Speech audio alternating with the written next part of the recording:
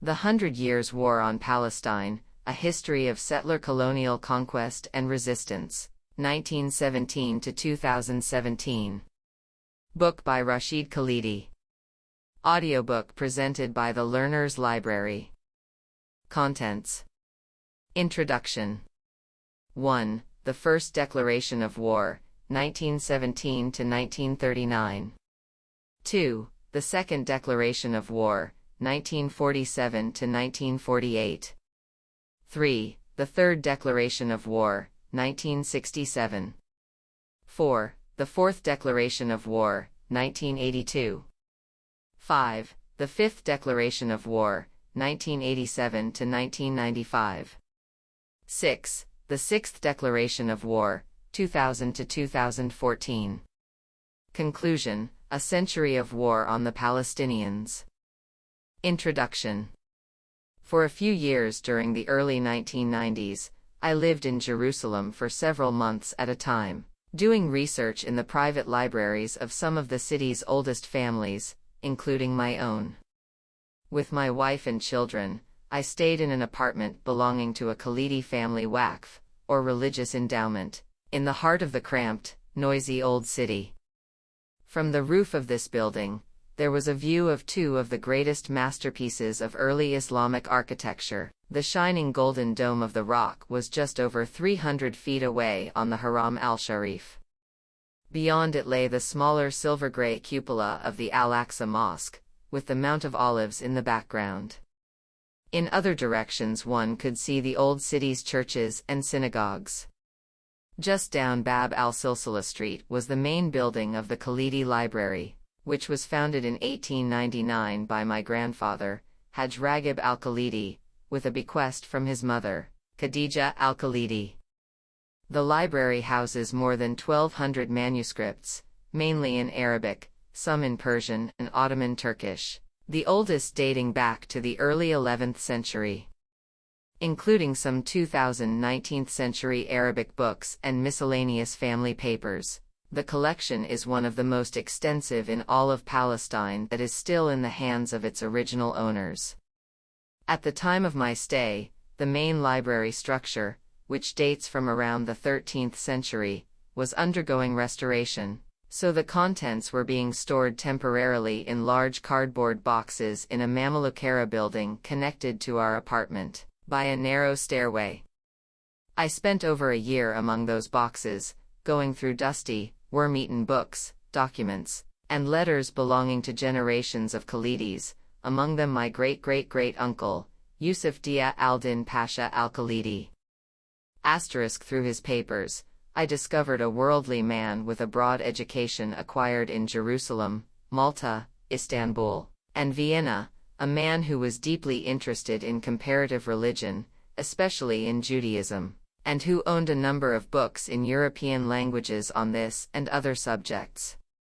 Yusuf Dia was heir to a long line of Jerusalemite Islamic scholars and legal functionaries. His father, Al-Sayyid Muhammad Ali al-Khalidi, had served for some 50 years as deputy Qadi and chief of the Jerusalem Sharia Court Secretariat. But at a young age Yusuf Dia sought a different path for himself. After absorbing the fundamentals of a traditional Islamic education, he left Palestine at the age of 18, without his father's approval, we are told, to spend 2 years at a British Church Mission Society school in Malta. From there he went to study at the Imperial Medical School in Istanbul, after which he attended the city's Robert College, recently founded by American Protestant missionaries. For 5 years during the 1860s, Yusuf Dia attended some of the first institutions in the region that provided a modern Western-style education, learning English, French, German, and much else. It was an unusual trajectory for a young man from a family of Muslim religious scholars in the mid-19th century. Having obtained this broad training, Yusuf Dia filled various roles as an Ottoman government official, translator in the foreign ministry, consul in the Russian port of Poti on the Black Sea, governor of districts in Kurdistan, Lebanon, Palestine, and Syria, and mayor of Jerusalem for nearly a decade. with stints teaching at the Royal Imperial University in Vienna. He was also elected as the deputy from Jerusalem to the short-lived Ottoman Parliament, established in 1876 under the empire's new constitution, earning Sultan Abd al-Hamid's enmity because he supported parliamentary prerogatives over executive power. In line with family tradition and his Islamic and Western education, al-Khalidi became an accomplished scholar as well. The Khalidi Library contains many books of his in French, German, and English, as well as correspondence with learned figures in Europe and the Middle East. Additionally, Old Austrian, French, and British newspapers in the library show that Yusuf Dia regularly read the overseas press. There is evidence that he received these materials via the Austrian post office in Istanbul, which was not subject to the draconian Ottoman laws of censorship. As a result of his wide reading, as well as his time in Vienna and other European countries, and from his encounters with Christian missionaries, Yusuf Dia was fully conscious of the pervasiveness of Western anti-Semitism. He had also gained impressive knowledge of the intellectual origins of Zionism, specifically its nature as a response to Christian Europe's virulent anti-Semitism. He was undoubtedly familiar with Der Judenstaat by the Viennese journalist Theodor Herzl, published in 1896, and was aware of the first two Zionist congresses in Basel, Switzerland, in 1897 and 1898. Indeed, it seems clear that Yusuf Dia knew of Herzl from his own time in Vienna. He knew of the debates and the views of the different Zionist leaders and tendencies, including Herzl's explicit call for a state for the Jews, with the sovereign right to control immigration. Moreover, as mayor of Jerusalem, he had witnessed the friction with the local population prompted by the first years of proto-Zionist activity, starting with the arrival of the earliest European Jewish settlers in the late 1870s and early 1880s. Herzl, the acknowledged leader of the growing movement he had founded, had paid his sole visit to Palestine in 1898, timing it to coincide with that of the German Kaiser Wilhelm II. He had already begun to give thought to some of the issues involved in the colonization of Palestine, writing in his diary in 1895. "We must expropriate gently the private property on the estates assigned to us. We shall try to spirit the penniless population across the border by procuring employment for it in the transit countries, while denying it employment in our own country. The property owners will come over to our side. Both the process of expropriation and the removal of the poor must be carried out discreetly and circumspectly. 9. Yusuf Dia would have been more aware than most of his compatriots in Palestine of the ambition of the nascent Zionist movement, as well as its strength, resources, and appeal. He knew perfectly well that there was no way to reconcile Zionism's claims on Palestine and its explicit aim of Jewish statehood and sovereignty there with the rights and well-being of the country's indigenous inhabitants. It is for these reasons, presumably, that on March 1, 1899, Yusuf Dia sent a prescient 7-page letter to the French chief rabbi, Zadok Khan, with the intention that it be passed on to the founder of modern Zionism. The letter began with an expression of Yusuf Dia's admiration for Herzl, whom he esteemed as a man, as a writer of talent, and as a true Jewish patriot, and of his respect for Judaism and for Jews, who he said were our cousins, referring to the patriarch Abraham, revered as their common forefather by both Jews and Muslims. He understood the motivations for Zionism, just as he deplored the persecution to which Jews were subject in Europe. In light of this, he wrote, Zionism in principle was natural, beautiful, and just, and who could contest the rights of the Jews in Palestine? My God, historically it is your country. This sentence is sometimes cited, in isolation from the rest of the letter, to represent Yusuf Dia's enthusiastic acceptance of the entire Zionist program in Palestine. However, the former mayor and deputy of Jerusalem went on to warn of the dangers he foresaw, as a consequence of the implementation of the Zionist project for a sovereign Jewish state in Palestine. The Zionist idea would sow dissension among Christians, Muslims, and Jews there. It would imperil the status and security that Jews had always enjoyed throughout the Ottoman domains. Coming to his main purpose, Yusuf Dia said soberly that whatever the merits of Zionism, the brutal force of circumstances had to be taken into account. The most important of them were that Palestine is an integral part of the Ottoman Empire, and more gravely, it is inhabited by others. Palestine already had an indigenous population that would never accept being superseded. Yusuf Dia spoke with full knowledge of the facts, asserting that it was pure folly for Zionism to plan to take over Palestine. Nothing could be more just and equitable than for the unhappy Jewish nation to find a refuge elsewhere. But, he concluded with a heartfelt plea, in the name of God, let Palestine be left alone. Herzl's reply to Yusuf Dia came quickly, on March 1.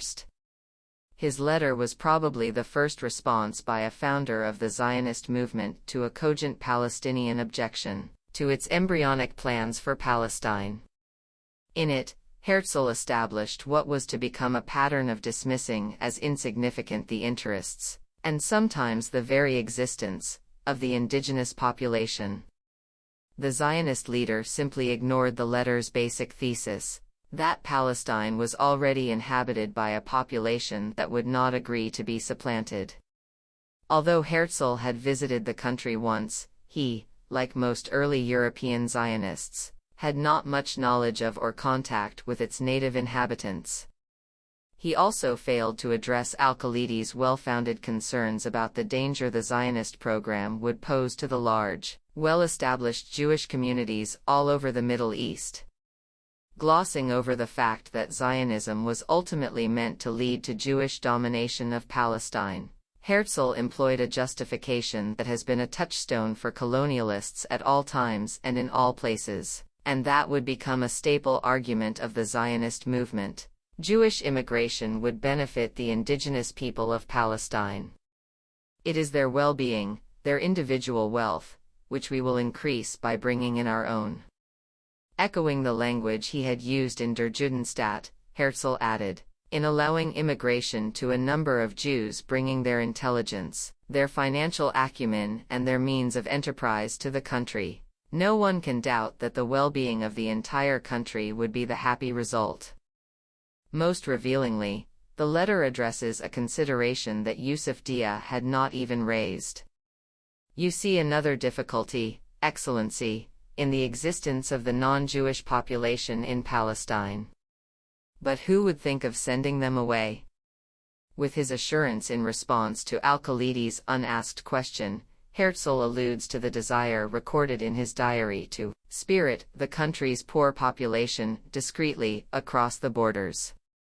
It is clear from this chilling quotation that Herzl grasped the importance of disappearing the native population of Palestine in order for Zionism to succeed. Moreover, the 1901 charter that he co-drafted for the Jewish Ottoman Land Company includes the same principle of the removal of inhabitants of Palestine to other provinces and territories of the Ottoman Empire. Although Herzl stressed in his writings that his project was based on the highest tolerance, with full rights for all, what was meant was no more than toleration of any minorities that might remain after the rest had been moved elsewhere. Herzl underestimated his correspondent. From Al-Khalidi's letter it is clear that he understood perfectly well that at issue was not the immigration of a limited number of Jews to Palestine, but rather the transformation of the entire land into a Jewish state. Given Herzl's reply to him, Yusuf Dia could only have come to one of two conclusions. Either the Zionist leader meant to deceive him by concealing the true aims of the Zionist movement, or Herzl simply did not see Yusuf Dia and the Arabs of Palestine as worthy of being taken seriously. Instead, with the smug self-assurance so common to 19th-century Europeans, Herzl offered the preposterous inducement that the colonization, and ultimately the usurpation, of their land by strangers would benefit the people of that country. Herzl's thinking and his reply to Yusuf Dia appear to have been based on the assumption that the Arabs could ultimately be bribed or fooled into ignoring what the Zionist movement actually intended for Palestine. This condescending attitude toward the intelligence, not to speak of the rights, of the Arab population of Palestine was to be serially repeated by Zionist, British, European, and American leaders in the decades that followed, down to the present day. As for the Jewish state that was ultimately created by the movement Herzl founded, as Yusuf Dia foresaw, there was to be room there for only one people, the Jewish people. Others would indeed be spirited away, or at best tolerated. Yusuf Dia's letter and Herzl's response to it are well known to historians of the period, but most of them do not seem to have reflected carefully on what was perhaps the first meaningful exchange between a leading Palestinian figure and a founder of the Zionist movement. They have not reckoned fully with Herzl's rationalizations, which laid out, quite plainly, the essentially colonial nature of the century-long conflict in Palestine. Nor have they acknowledged Al-Khalidi's arguments, which have been borne out in full since 1899. Starting after World War I, the dismantling of indigenous Palestinian society was set in motion by the large-scale immigration of European Jewish settlers, supported by the newly established British Mandate authorities, who helped them build the autonomous structure of a Zionist parastate. Additionally, a separate Jewish-controlled sector of the economy was created through the exclusion of Arab labor from Jewish-owned firms, under the slogan of Avoda Ivrit, Hebrew labor, and the injection of truly massive amounts of capital from abroad. By the middle of the 1930s, although Jews were still a minority of the population, this largely autonomous sector was bigger than the Arab-owned part of the economy. The indigenous population was further diminished by the crushing repression of the Great 1936–39 Arab Revolt against British rule, during which 10% of the adult male population was killed, wounded, imprisoned, or exiled, as the British employed 100,000 troops and air power to master Palestinian resistance. Meanwhile, a massive wave of Jewish immigration as a result of persecution by the Nazi regime in Germany raised the Jewish population in Palestine from just % of the total in 1932 to over 31% in 1939. This provided the demographic critical mass and military manpower that were necessary for the ethnic cleansing of Palestine in 1948. The expulsion then of over half the Arab population of the country, first by Zionist militias and then by the Israeli army, completed the military and political triumph of Zionism. Such radical social engineering at the expense of the indigenous population is the way of all colonial settler movements. In Palestine, it was a necessary precondition for transforming most of an overwhelmingly Arab country into a predominantly Jewish state. As this book will argue, the modern history of Palestine can best be understood in these terms, as a colonial war waged against the indigenous population, by a variety of parties, to force them to relinquish their homeland to another people against their will. Although this war shares many of the typical characteristics of other colonial campaigns, it also possesses very specific characteristics, as it was fought by and on behalf of the Zionist movement, which itself was and is a very particular colonial project. Further complicating this understanding is the fact that this colonial conflict, conducted with massive support from external powers, became over time a national confrontation between two new national entities, two peoples. Underlying this feature, and amplifying it, was the profound resonance for Jews, and also for many Christians, of their biblical connection to the historic land of Israel. Expertly woven into modern political Zionism, this resonance has become integral to it. A late 19th century colonial national movement thus adorned itself with a biblical coat that was powerfully attractive to Bible-reading Protestants in Great Britain and the United States, blinding them to the modernity of Zionism and to its colonial nature, for how could Jews be colonizing the land where their religion began? Given this blindness, the conflict is portrayed as, at best, a straightforward, if tragic, national clash between two peoples with rights in the same land. At worst, it is described as the result of the fanatical, inveterate hatred of Arabs and Muslims for the Jewish people as they assert their inalienable right to their eternal, God-given homeland. In fact, there is no reason that what has happened in Palestine for over a century cannot be understood as both a colonial and a national conflict. But our concern here is its colonial nature, as this aspect has been as underappreciated as it is central, even though those qualities typical of other colonial campaigns are everywhere in evidence in the modern history of Palestine. Characteristically, European colonizers seeking to supplant or dominate indigenous peoples, whether in the Americas, Africa, Asia, or Australasia, or in Ireland, have always described them in pejorative terms. They also always claim that they will leave the native population better off as a result of their rule.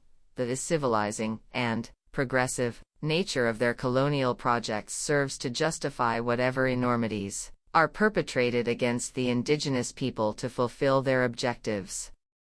One need only refer to the rhetoric of French administrators in North Africa or of British viceroys in India.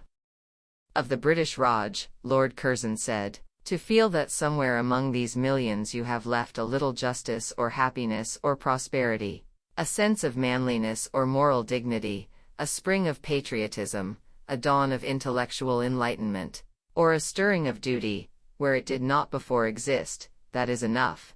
That is the Englishman's justification in India."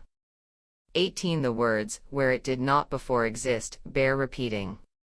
For Curzon and others of his colonial class, the natives did not know what was best for them and could not achieve these things on their own. "You cannot do without us," Curzon said in another speech.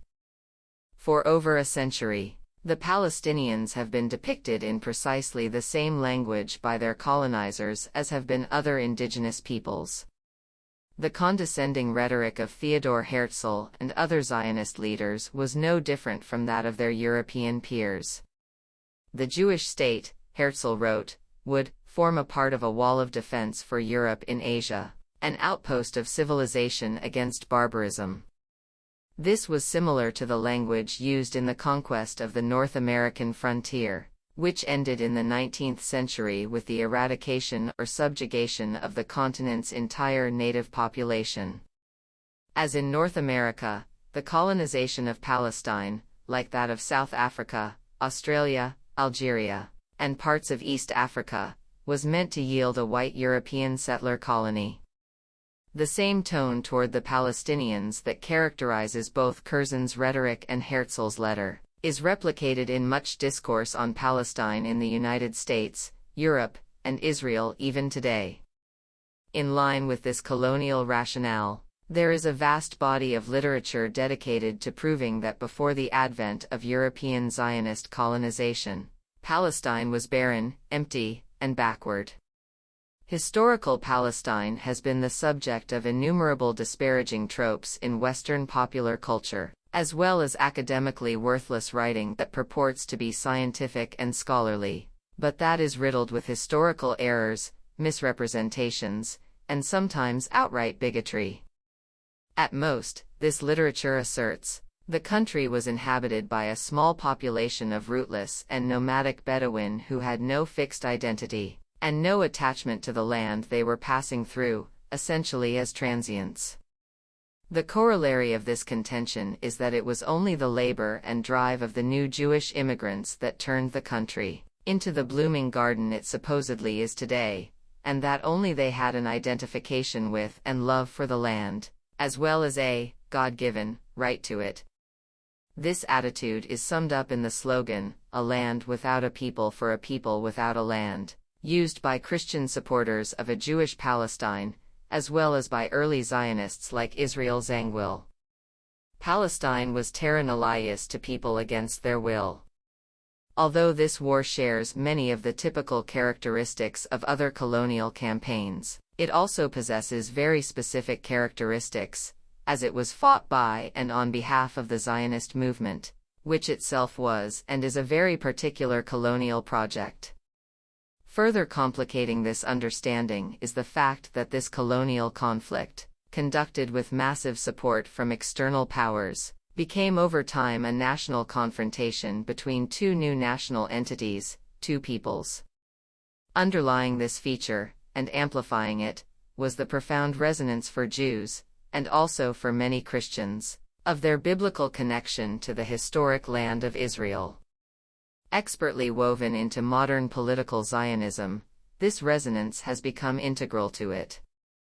A late 19th century colonial national movement thus adorned itself with a biblical coat that was powerfully attractive to Bible-reading Protestants in Great Britain and the United States, blinding them to the modernity of Zionism and to its colonial nature, for how could Jews be colonizing the land where their religion began? Given this blindness, the conflict is portrayed as, at best, a straightforward, if tragic, national clash between two peoples with rights in the same land. At worst, it is described as the result of the fanatical, inveterate hatred of Arabs and Muslims for the Jewish people as they assert their inalienable right to their eternal, God-given homeland. In fact, there is no reason that what has happened in Palestine for over a century cannot be understood as both a colonial and a national conflict. But our concern here is its colonial nature, as this aspect has been as underappreciated as it is central, even though those qualities typical of other colonial campaigns are everywhere in evidence in the modern history of Palestine. Characteristically, European colonizers seeking to supplant or dominate indigenous peoples, whether in the Americas, Africa, Asia, or Australasia, or in Ireland, have always described them in pejorative terms. They also always claim that they will leave the native population better off as a result of their rule. The civilizing and progressive nature of their colonial projects serves to justify whatever enormities are perpetrated against the indigenous people to fulfill their objectives. One need only refer to the rhetoric of French administrators in North Africa or of British viceroys in India. Of the British Raj, Lord Curzon said, "To feel that somewhere among these millions you have left a little justice or happiness or prosperity, a sense of manliness or moral dignity, a spring of patriotism, a dawn of intellectual enlightenment, or a stirring of duty, where it did not before exist, that is enough. That is the Englishman's justification in India." 18. The words, "where it did not before exist," bear repeating. For Curzon and others of his colonial class, the natives did not know what was best for them and could not achieve these things on their own. "You cannot do without us," Curzon said in another speech. 19. For over a century, the Palestinians have been depicted in precisely the same language by their colonizers as have been other indigenous peoples. The condescending rhetoric of Theodor Herzl and other Zionist leaders was no different from that of their European peers. The Jewish state, Herzl wrote, would form a part of a wall of defense for Europe in Asia, an outpost of civilization against barbarism. 20. This was similar to the language used in the conquest of the North American frontier, which ended in the 19th century with the eradication or subjugation of the continent's entire native population. As in North America, the colonization of Palestine, like that of South Africa, Australia, Algeria, and parts of East Africa, was meant to yield a white European settler colony. The same tone toward the Palestinians that characterizes both Curzon's rhetoric and Herzl's letter is replicated in much discourse on Palestine in the United States, Europe, and Israel even today. In line with this colonial rationale, there is a vast body of literature dedicated to proving that before the advent of European Zionist colonization, Palestine was barren, empty, and backward. Historical Palestine has been the subject of innumerable disparaging tropes in Western popular culture, as well as academically worthless writing that purports to be scientific and scholarly, but that is riddled with historical errors, misrepresentations, and sometimes outright bigotry. At most, this literature asserts, the country was inhabited by a small population of rootless and nomadic Bedouin who had no fixed identity, and no attachment to the land they were passing through, essentially as transients.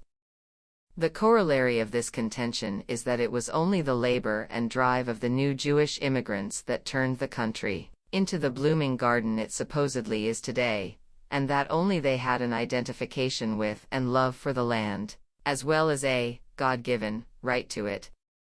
This attitude is summed up in the slogan, "A land without a people for a people without a land," used by Christian supporters of a Jewish Palestine, as well as by early Zionists like Israel Zangwill. 21 Palestine was terra nullius to those who came to settle it, with those living there nameless and amorphous. Thus Herzl's letter to Yusuf Dia referred to Palestinian Arabs, then roughly 95% of the country's inhabitants, as its non-Jewish population. Essentially, the point being made is that the Palestinians did not exist, or were of no account, or did not deserve to inhabit the country they so sadly neglected. If they did not exist, then even well-founded Palestinian objections to the Zionist movement's plans could simply be ignored. Just as Herzl dismissed Yusuf Dia al-Khalidi's letter, most later schemes for the disposition of Palestine were similarly cavalier. The 1917 Balfour Declaration, issued by a British cabinet and committing Britain to the creation of a national Jewish homeland, never mentioned the Palestinians, the great majority of the country's population at the time, even as it set the course for Palestine for the subsequent century. The idea that the Palestinians simply do not exist, or even worse, are the malicious invention of those who wish Israel ill, is supported by such fraudulent books as Joan Peters's From Time Immemorial, now universally considered by scholars to be completely without merit. On publication in 1984, however, it received a rapturous reception and it is still in print and selling discouragingly well. Such literature, both pseudo-scholarly and popular, is largely based on European travelers' accounts, on those of new Zionist immigrants, or on British mandatory sources. It is often produced by people who know nothing about the indigenous society and its history and have disdain for it, or who worse yet have an agenda that depends on its invisibility or disappearance. Rarely utilizing sources produced from within Palestinian society, these representations essentially repeat the perspective, the ignorance, and the biases, tinged by European arrogance, of outsiders. The message is also amply represented in popular culture in Israel and the United States, as well as in political and public life. It has been amplified via mass-market books such as Leon Uris's novel Exodus and the Academy Award-winning movie that it spawned, works that have had a vast impact on an entire generation and that serve to confirm and deepen pre-existing prejudices. Political figures have explicitly denied the existence of Palestinians, for example, former Speaker of the House Newt Gingrich, "I think that we've had an invented Palestinian people who are in fact Arabs."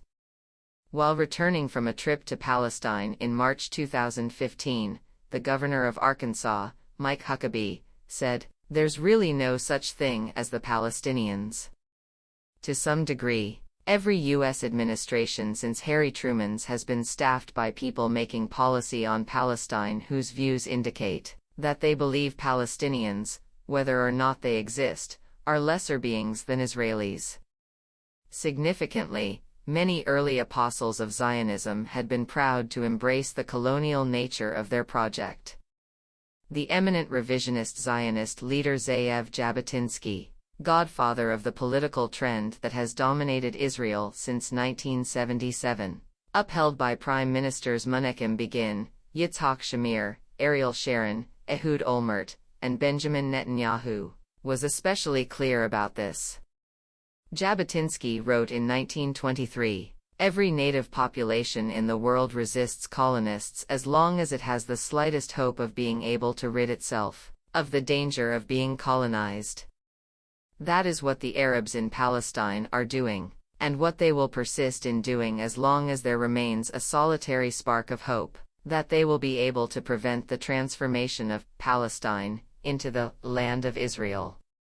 Such honesty was rare among other leading Zionists, who like Herzl protested the innocent purity of their aims and deceived their Western listeners, and perhaps themselves, with fairy tales about their benign intentions toward the Arab inhabitants of Palestine.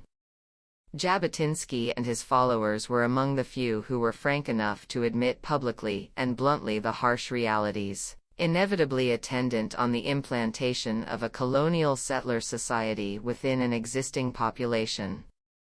Specifically, he acknowledged that the constant threat of the use of massive force against the Arab majority would be necessary to implement the Zionist program.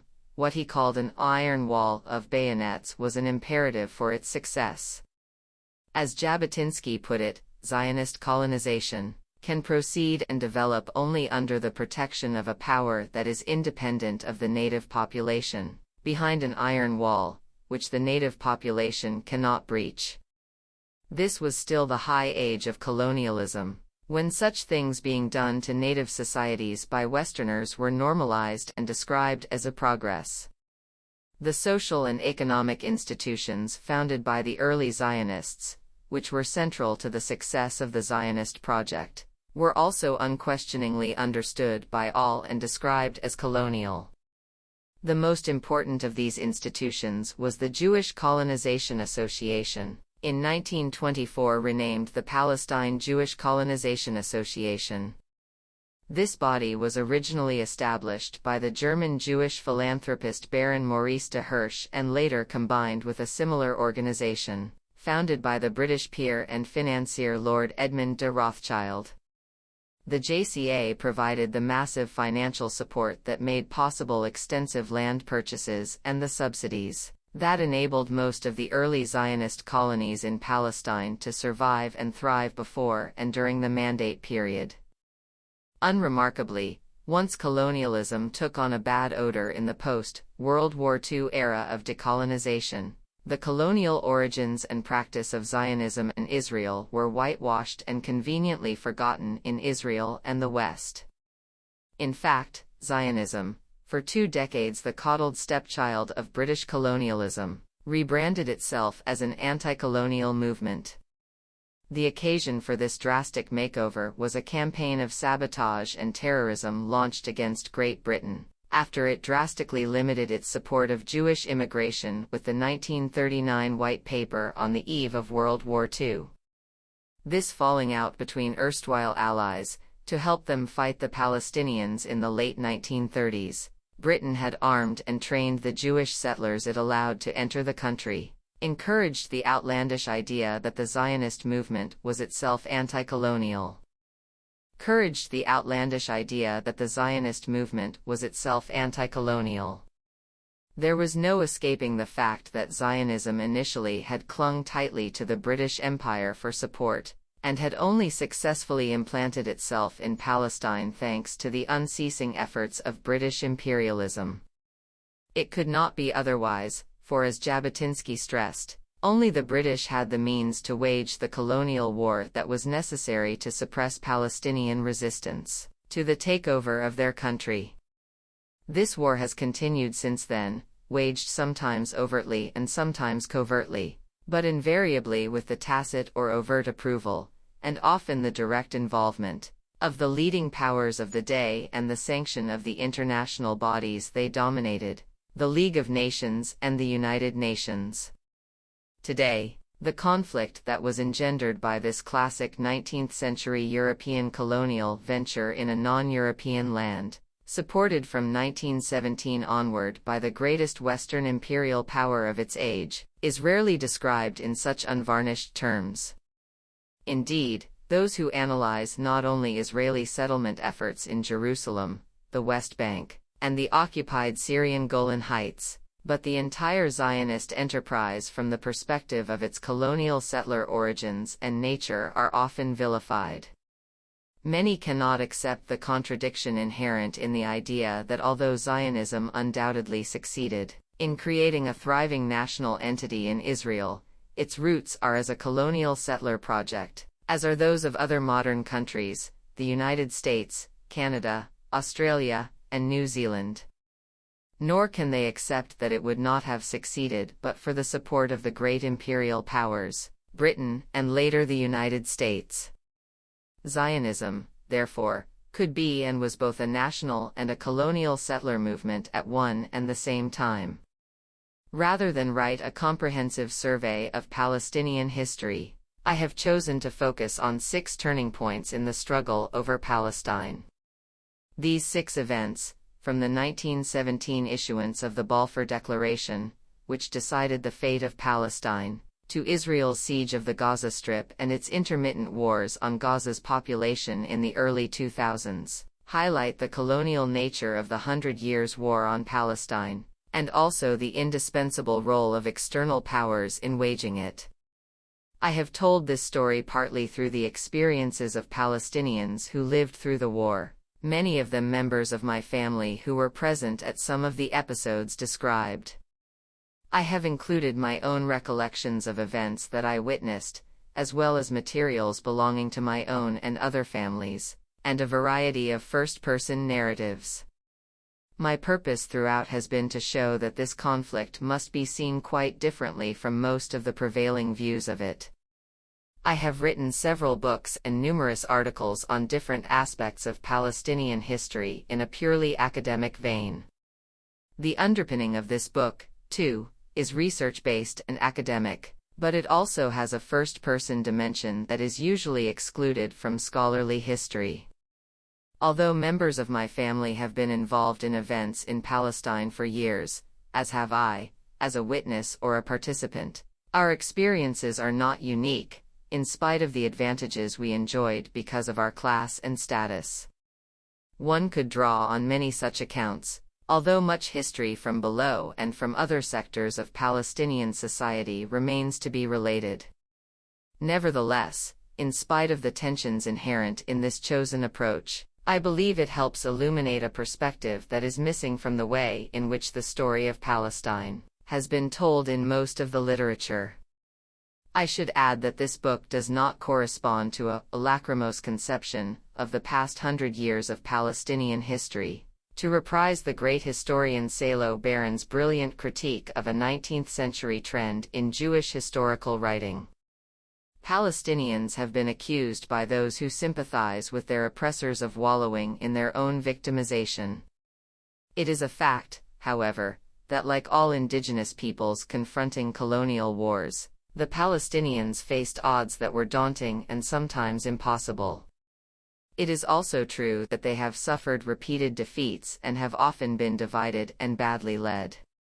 None of this means that Palestinians could not sometimes defy those odds successfully, or that at other times they could not have made better choices. But we cannot overlook the formidable international and imperial forces arrayed against them, the scale of which has often been dismissed, and in spite of which they have displayed remarkable resilience. It is my hope that this book will reflect this resilience, and help recover some of what has thus far been airbrushed out of the history by those who control all of historic Palestine, and the narrative surrounding it. Chapter 1. The First Declaration of War, 1917 to 1939. There are plenty of cases of war being begun before it is declared. Arthur James Balfour. At the turn of the 20th century, before Zionist colonization had much appreciable effect on Palestine, new ideas were spreading, modern education and literacy had begun to expand, and the integration of the country's economy into the global capitalist order was proceeding apace.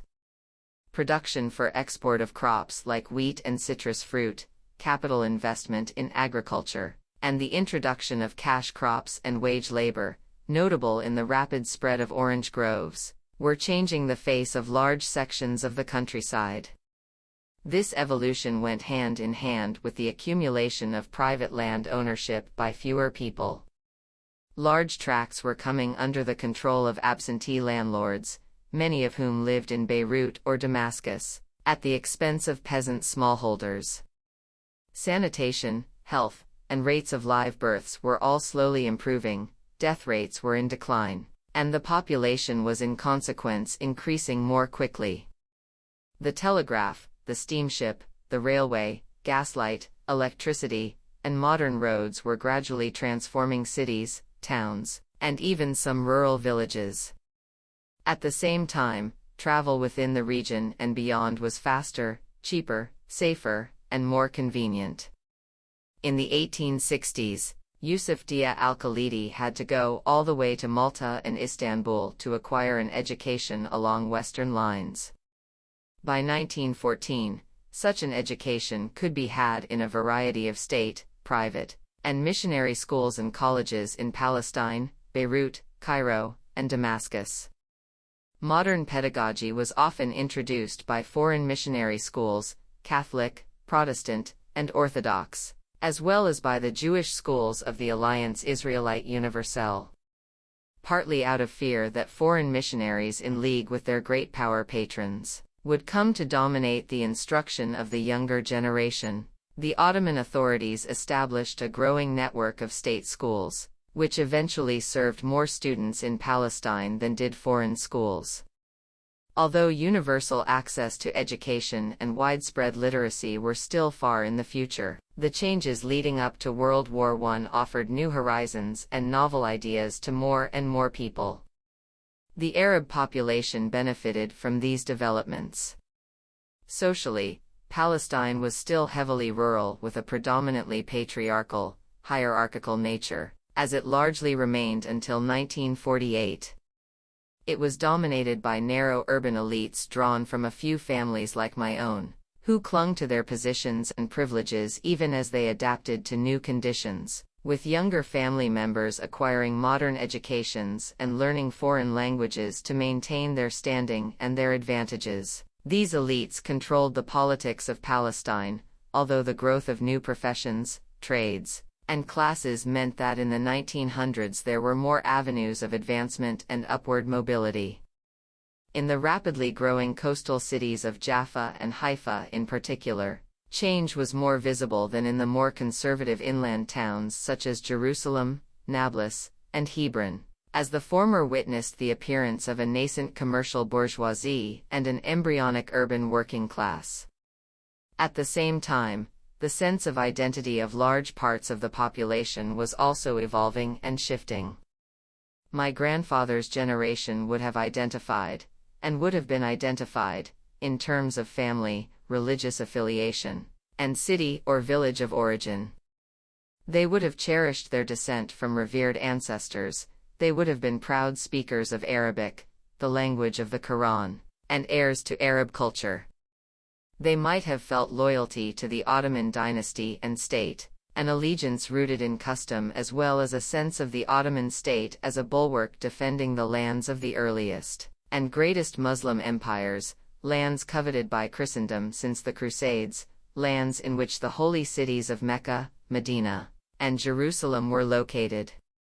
That loyalty had begun to weaken in the 19th century, however, as the religious foundation of the state was diminished, as Ottoman military defeats and territorial losses mounted, and as the ideas of nationalism evolved and spread. Greater mobility and access to education accelerated these shifts, and the burgeoning press and availability of printed books also played an important role. 32 new newspapers and periodicals were established in Palestine between 1908 and 1914, with even more in the 1920s and 1930s. Different forms of identification, such as nationhood, and novel ideas about social organization, including working-class solidarity and the role of women in society, were emerging to challenge previously fixed affiliations. These modes of belonging, whether to a national or class or professional group, were still in formation and involved overlapping ties of loyalty. Yusuf Dia's 1899 letter to Herzl, for example, evokes religious affiliation, Ottoman loyalty, local pride in Jerusalem, and a clear sense of identification with Palestine. In this first decade of the 20th century, a large proportion of the Jews living in Palestine were still culturally quite similar to and lived reasonably comfortably, alongside city-dwelling Muslims and Christians. They were mostly ultra-Orthodox and non-Zionist, Mizrahi, Eastern, or Sephardic, descendants of Jews expelled from Spain, urbanites of Middle Eastern or Mediterranean origin who often spoke Arabic or Turkish, even if only as a second or third language. In spite of marked religious distinctions between them and their neighbors, they were not foreigners, nor were they Europeans or settlers. They saw themselves, and were seen as Jews who were part of the indigenous Muslim majority society. Moreover, some young European Ashkenazi Jews who settled in Palestine at this time, including such ardent Zionists as David Ben-Gurion and Yitzhak Ben-Zvi, one became prime minister and the other the president of Israel, initially sought a measure of integration into the local society. Ben-Gurion and Ben-Zvi even took Ottoman nationality, studied in Istanbul, and learned Arabic and Turkish.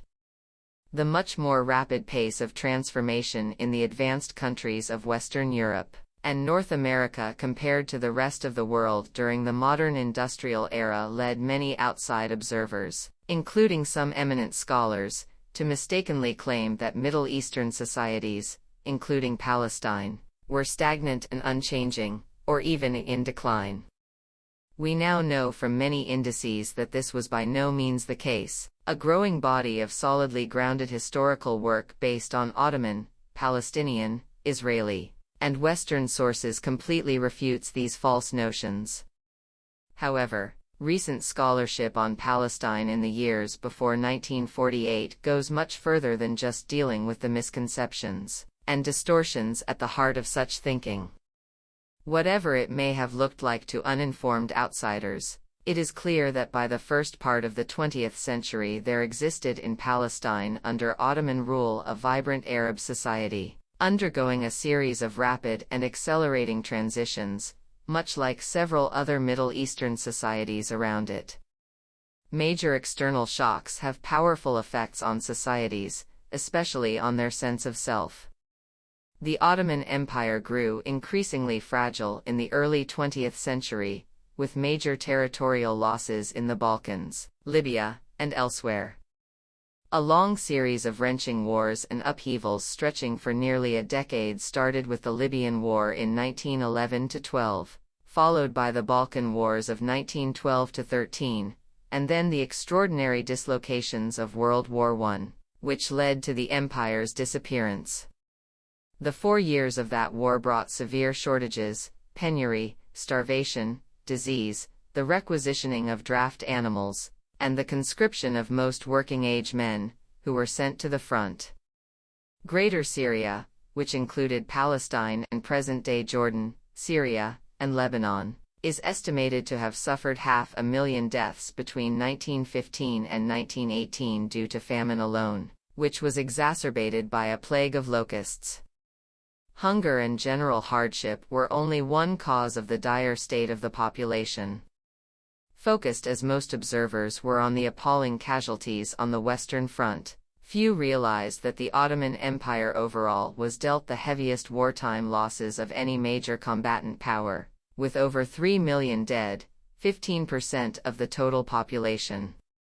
Most of these casualties were civilians, the largest single group being the victims of massacres at the behest of the Ottoman authorities in 1915 and 1916, Armenians, Assyrians, and other Christians.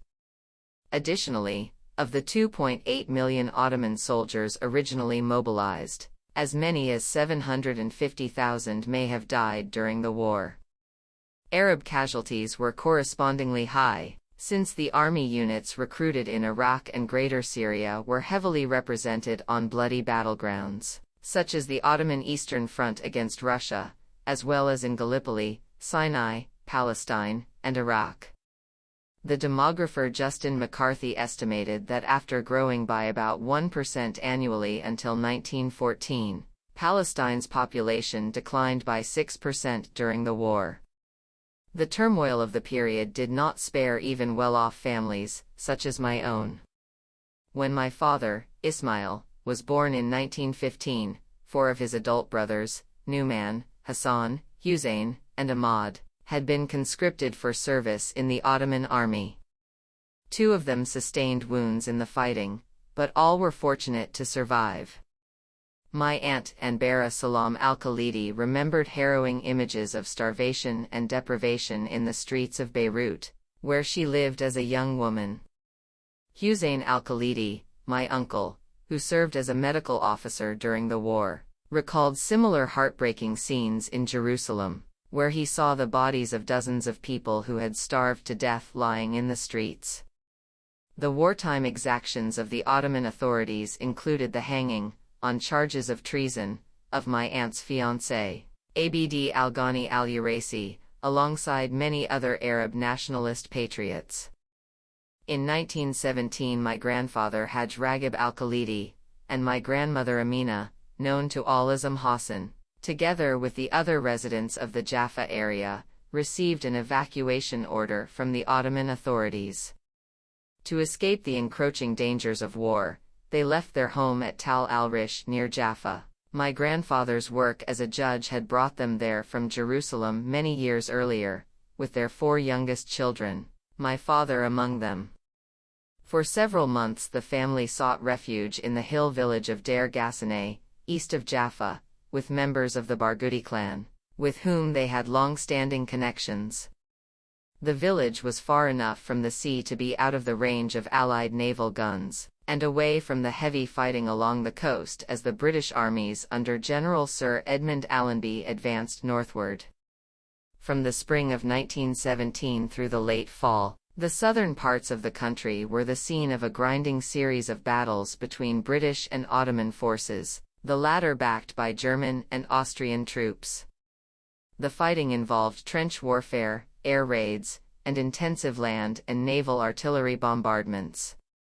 British and Imperial units launched a number of major offensives, which slowly pushed back the Ottoman defenders. The fighting spread to the north of Palestine in the winter. Jerusalem, in the center, was captured by the British in December 1917, and continued into early 1918. In many regions, the direct impact of the war caused intense suffering. One of the worst-hit districts comprised Gaza City and the nearby towns and villages, where large areas were pulverized by heavy British shelling during prolonged trench warfare, and then the slow Allied advance up the Mediterranean coastline.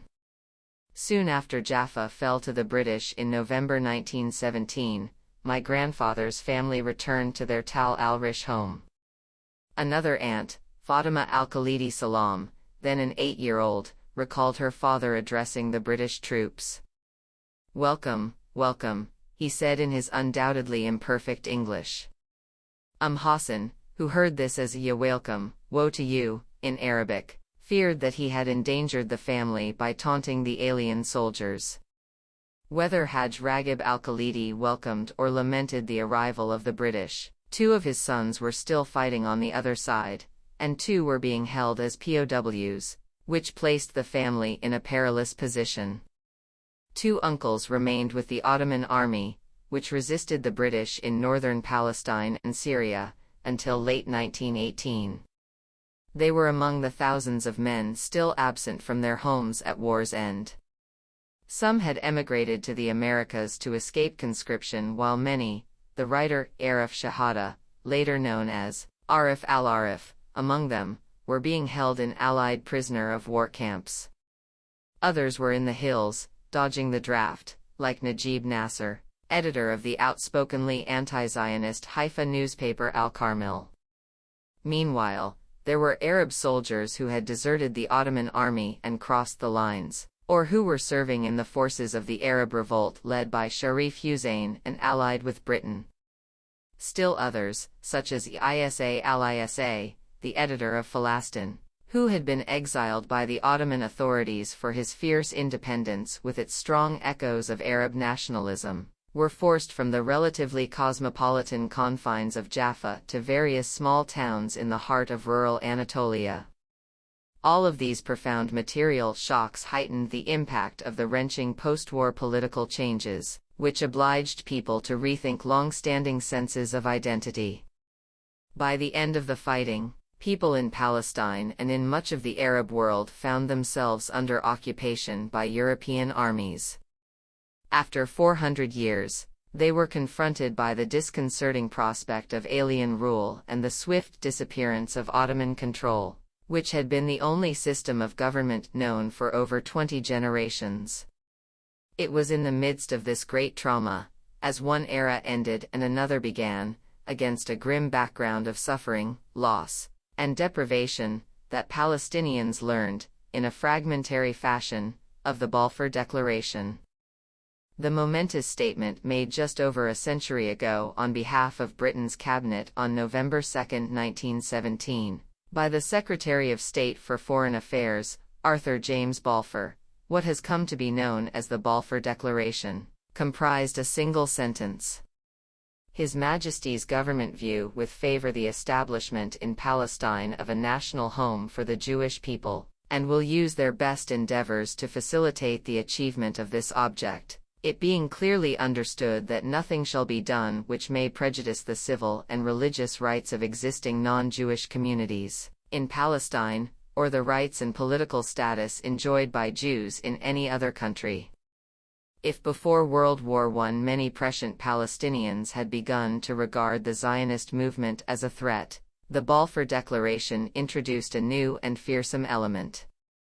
In the soft, deceptive language of diplomacy, with its ambiguous phrase approving the establishment in Palestine of a national home for the Jewish people, the declaration effectively pledged Britain's support for Theodor Herzl's aims of Jewish statehood, sovereignty, and control of immigration in the whole of Palestine. Significantly, the overwhelming Arab majority of the population, around 94% at that time, went unmentioned by Balfour, except in a backhanded way as the existing non-Jewish communities in Palestine. They were described in terms of what they were not, and certainly not as a nation or a people. The words a Palestinian and Arab do not appear in the 67 words of the declaration. This overwhelming majority of the population was promised only civil and religious rights, not political or national rights. By way of contrast, Balfour ascribed national rights to what he called the Jewish people, who in 1917 were a tiny minority, 6%, of the country's inhabitants. Before securing British backing, the Zionist movement had been a colonizing project in search of a great power patron. Having failed to find a sponsor in the Ottoman Empire, in Wilhelmine Germany, and elsewhere, Theodor Herzl's successor Chaim Weizmann and his colleagues finally met with success in their approach to the wartime British cabinet, led by David Lloyd George, acquiring the support of the greatest power of the age. The Palestinians now faced a far more formidable adversary than ever before, with British troops at that very moment advancing northward and occupying their country, troops who served a government that had pledged to implant a national home, wherein unlimited immigration was meant to produce a future Jewish majority. The British government's intentions and objectives at the time have been amply analysed over the past century. Among its many motivations were both a romantic, religiously derived philo-Semitic desire to return the Hebrews to the land of the Bible, and an anti-Semitic wish to reduce Jewish immigration to Britain, linked to a conviction that world Jewry had the power to keep newly revolutionary Russia fighting in the war and bring the United States into it. Beyond those impulses, Britain primarily desired control over Palestine for geopolitical strategic reasons that antedated World War I, and that had only been reinforced by wartime events. However important the other motivations may have been, this was the central one. The British Empire was never motivated by altruism. Britain's strategic interests were perfectly served by its sponsorship of the Zionist project, just as they were served by a range of regional wartime undertakings. Among them were commitments made in 1915 and 1916 promising independence to the Arabs led by Sharif Hussein of Mecca, enshrined in the Hussein-McMahon Correspondence, and a secret 1916 deal with France, the Sykes-Picot Agreement, in which the two powers agreed to a colonial partition of the Eastern Arab countries. More important than British motivations for issuing the Balfour Declaration is what this undertaking meant in practice for the crystal-clear aims of the Zionist movement: sovereignty and complete control of Palestine. With Britain's unstinting support, these aims suddenly became plausible. Some leading British politicians extended backing to Zionism that went well beyond the carefully phrased text of the declaration. At a dinner at Balfour's home in 1922, three of the most prominent British statesmen of the era, Lloyd George, Balfour, and Secretary of State for the Colonies Winston Churchill, assured Weizmann that by the term Jewish national home they always meant an eventual Jewish state. Lloyd George convinced the Zionist leader that for this reason Britain would never allow representative government in Palestine. Nor did it. For Zionists, their enterprise was now backed by an indispensable iron wall of British military might, in the words of Ze'ev Jabotinsky. For the inhabitants of Palestine, whose future it ultimately decided, Balfour's careful, calibrated prose was in effect a gun pointed directly at their heads, a declaration of war by the British Empire on the indigenous population. The majority now faced the prospect of being outnumbered by unlimited Jewish immigration to a country then almost completely Arab, in its population and culture. Whether intended this way or not, the declaration launched a full-blown colonial conflict, a century-long assault on the Palestinian people, aimed at fostering an exclusivist, national home, at their expense. The Palestinian reaction to the Balfour Declaration was late in coming, and initially was relatively muted. Word of the British pronouncement had spread in most other parts of the world immediately following its promulgation. In Palestine, however, local newspapers had been shuttered since the beginning of the war by both government censorship and a lack of newsprint, the result of a tight Allied naval blockade of Ottoman ports. After British troops occupied Jerusalem in December 1917, the military regime banned publication of news of the declaration. Indeed, the British authorities did not allow newspapers to reappear in Palestine for nearly 2 years. When reports of the Balfour Declaration finally reached Palestine, they trickled in slowly via word of mouth and then through copies of Egyptian newspapers that travelers brought from Cairo. The bombshell struck a society prostrate and exhausted at this late stage of the war, when survivors of the chaos and displacement were slowly returning to their homes. There is evidence that they reacted with shock to the news. In December 1918, 33 exiled Palestinians, including Al-Isa, who had just made their way from Anatolia to Damascus, where their access to news was not restricted, sent an advance letter of protest to the peace conference being convened in Versailles and to the British Foreign Office. They stressed that, "This country is our country," and expressed their horror at the Zionist claim that Palestine would be turned into a national home for them. Such prospects may have seemed remote to many Palestinians when the Balfour Declaration was issued, at a time when Jews constituted a tiny minority of the population. Nonetheless, some far-sighted individuals, Yusuf Dia al-Khalidi among them, had discerned the danger posed by Zionism early on.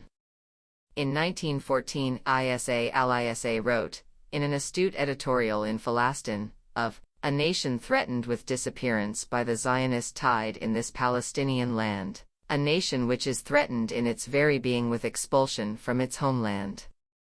Those who felt trepidation about the encroachment of the Zionist movement were alarmed by its ability to purchase large tracts of fertile land from which the indigenous peasants were removed and by its success in increasing Jewish immigration. Indeed, between 1909 and 1914 some 40,000 Jewish immigrants had arrived, although some left soon afterwards, and 18 new colonies, of a 1914 total of 52, had been created by the Zionist movement on land it had bought mainly from absentee landlords. The relatively recent concentration of private land ownership greatly facilitated these land purchases. The impact on Palestinians was especially pronounced in agricultural communities in areas of intensive Zionist colonization, the coastal plain and the fertile Marj ibn Amr and Hula valleys in the north. Many peasants in villages neighboring the new colonies had been deprived of their land as a result of the land sales. Some had also suffered in armed encounters with the first paramilitary units formed by the European Jewish settlers. Their trepidation was shared by Arab city dwellers in Haifa, Jaffa, and Jerusalem, the main centers of Jewish population then and now, who observed with mounting concern the stream of Jewish immigrants in the years before the war. After the issuance of the Balfour Declaration, the disastrous implications for the future of Palestine were increasingly apparent to all. Beyond demographic and other shifts, World War I and its aftermath accelerated the change in Palestinian national sentiment from a love of country and loyalties, to family and locale, to a thoroughly modern form of nationalism. In a world where nationalism had been gaining ground for many decades, the Great War provided a global boost to the idea. The tendency was compounded toward the end of the war by Woodrow Wilson in the United States and Vladimir Lenin in Soviet Russia, who both espoused the principle of national self-determination, albeit in different ways and with different aims. Whatever the intentions of these two leaders, the apparent endorsement of the national aspirations of peoples the world over by ostensibly anti-colonial powers had an enormous impact. Clearly, Wilson had no intention of applying the principle to most of those who took them as inspiration for their hopes of national liberation. Indeed, he confessed that he was bewildered by the plethora of peoples, most of whom he had never heard, who responded to his call for self-determination. Nevertheless, the hopes aroused and then disappointed, by Wilson's pronouncements in support of national self-determination, by the Bolshevik Revolution, and by the indifference of the Allies at the Versailles Peace Conference to the demands of colonized peoples for independence, sparked massive revolutionary anti-colonial upheavals in India, Egypt, China, Korea, Ireland, and elsewhere. The dissolution of the Romanov, Habsburg, and Ottoman empires, transnational dynastic states, was also in large measure a function of the spread of nationalism and its intensification during and after the war. Political identities in Palestine had certainly evolved prior to the war, in keeping with global shifts and the evolution of the Ottoman state. However, this had happened relatively slowly, within the constraints of the dynastic, transnational, and religiously legitimated empire. The mental map of most of its subjects before 1914 was limited by their having been governed by this political system for so long that it was hard for them to conceive of not living under Ottoman rule. Going into the post-war world, suffering from collective trauma, the people of Palestine faced a radically new reality. They were to be ruled by Britain, and their country had been promised to others as a national home. Against this could be set their expectations about the possibility of Arab independence and self-determination, promised to Sharif Hussein by the British in 1916, a promise repeated in multiple public pledges thereafter, including in an Anglo-French declaration of 1918, before being enshrined in the Covenant of the New League of Nations in 1919. One crucial window into Palestinians' perceptions of themselves and their understanding of events between the wars is the Palestinian press. Two newspapers, Isa al-Isa's Jaffa publication, Falastin, and Al-Carmel, published in Haifa by Najib Nasser, were bastions of local patriotism, and critics of the Zionist British Entente and the danger that it posed to the Arab majority in Palestine. They were among the most influential beacons of the idea of Palestinian identity. Other newspapers echoed and amplified the same themes, focusing on the burgeoning, largely closed Jewish economy and the other institutions created by the Zionist state-building project, and supported by the British authorities. After attending the ceremonial opening of a new rail line in 1929 that connected Tel Aviv to the Jewish settlements and Arab villages to the south, Al-Isa wrote an ominous editorial in Palestine. All along the route, he wrote, Jewish settlers took advantage of the presence of British officials to make new demands of them, while Palestinians were nowhere to be seen. There was only one tarbouche, he said, among so many hats. The message was clear: the Watanian, the people of the country, were poorly organized, while Al-Qam, this nation, exploited every opportunity offered them. The title of the editorial summed up the gravity of Al-Isa's warning: strangers in our own land, our drowsiness and their alertness. Another such window is provided by the growing number of published memoirs by Palestinians. Most of them are in Arabic and reflect the concerns of their upper-class and middle-class authors. To find the views of the less well-to-do segments of Palestinian society is more difficult. There is little oral history available from the early decades of British rule. While sources such as these provide a sense of the evolution of identity among Palestinians, with the increasing use of the terms Palestine and Palestinians, the turning points in this process are hard to pinpoint. A few things can be gleaned from my grandfather's personal trajectory. Haj Raghib, who had a traditional religious education and who served as a religious official and as a qadi, was a close friend of Isa al-Isa, who incidentally was my wife Mona's grandfather, and contributed articles on topics like education, libraries, and culture to Palestine. Through Khalidi and al-Isa family lore we get a sense of the frequent social interactions between the two, one Muslim, the other Greek Orthodox, primarily in the garden of my grandfather's house in Tal al-Rish on the outskirts of Jaffa.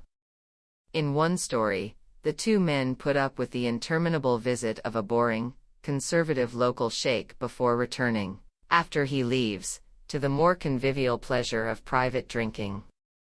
The point is that Haj Raghib, a religious figure, was part of a circle of leading secular advocates of Palestine as a source of identity. The history revealed by even a cursory examination of the press, memoirs, and similar sources generated by Palestinians flies in the face of the popular mythology of the conflict, which is premised on their non-existence or lack of a collective consciousness. In fact, Palestinian identity and nationalism are all too often seen to be no more than recent expressions of an unreasoning, if not fanatical, opposition to Jewish national self-determination.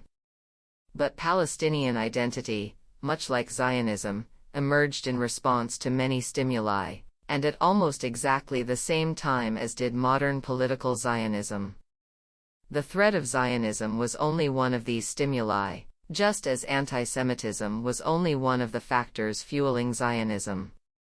As newspapers like Palestine and Al-Carmel reveal, this identity included love of country, a desire to improve society, religious attachment to Palestine, and opposition to European control.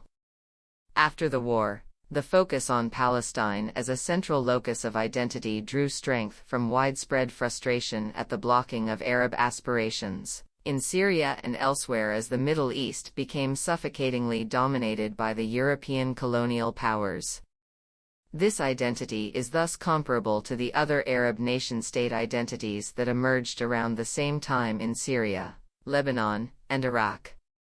Indeed, all the neighboring Arab peoples developed modern national identities very similar to that of the Palestinians, and did so without the impact of the emergence of Zionist colonialism in their midst. Just like Zionism, Palestinian and other Arab national identities were modern and contingent, a product of late 19th and 20th century circumstances, not eternal and immutable.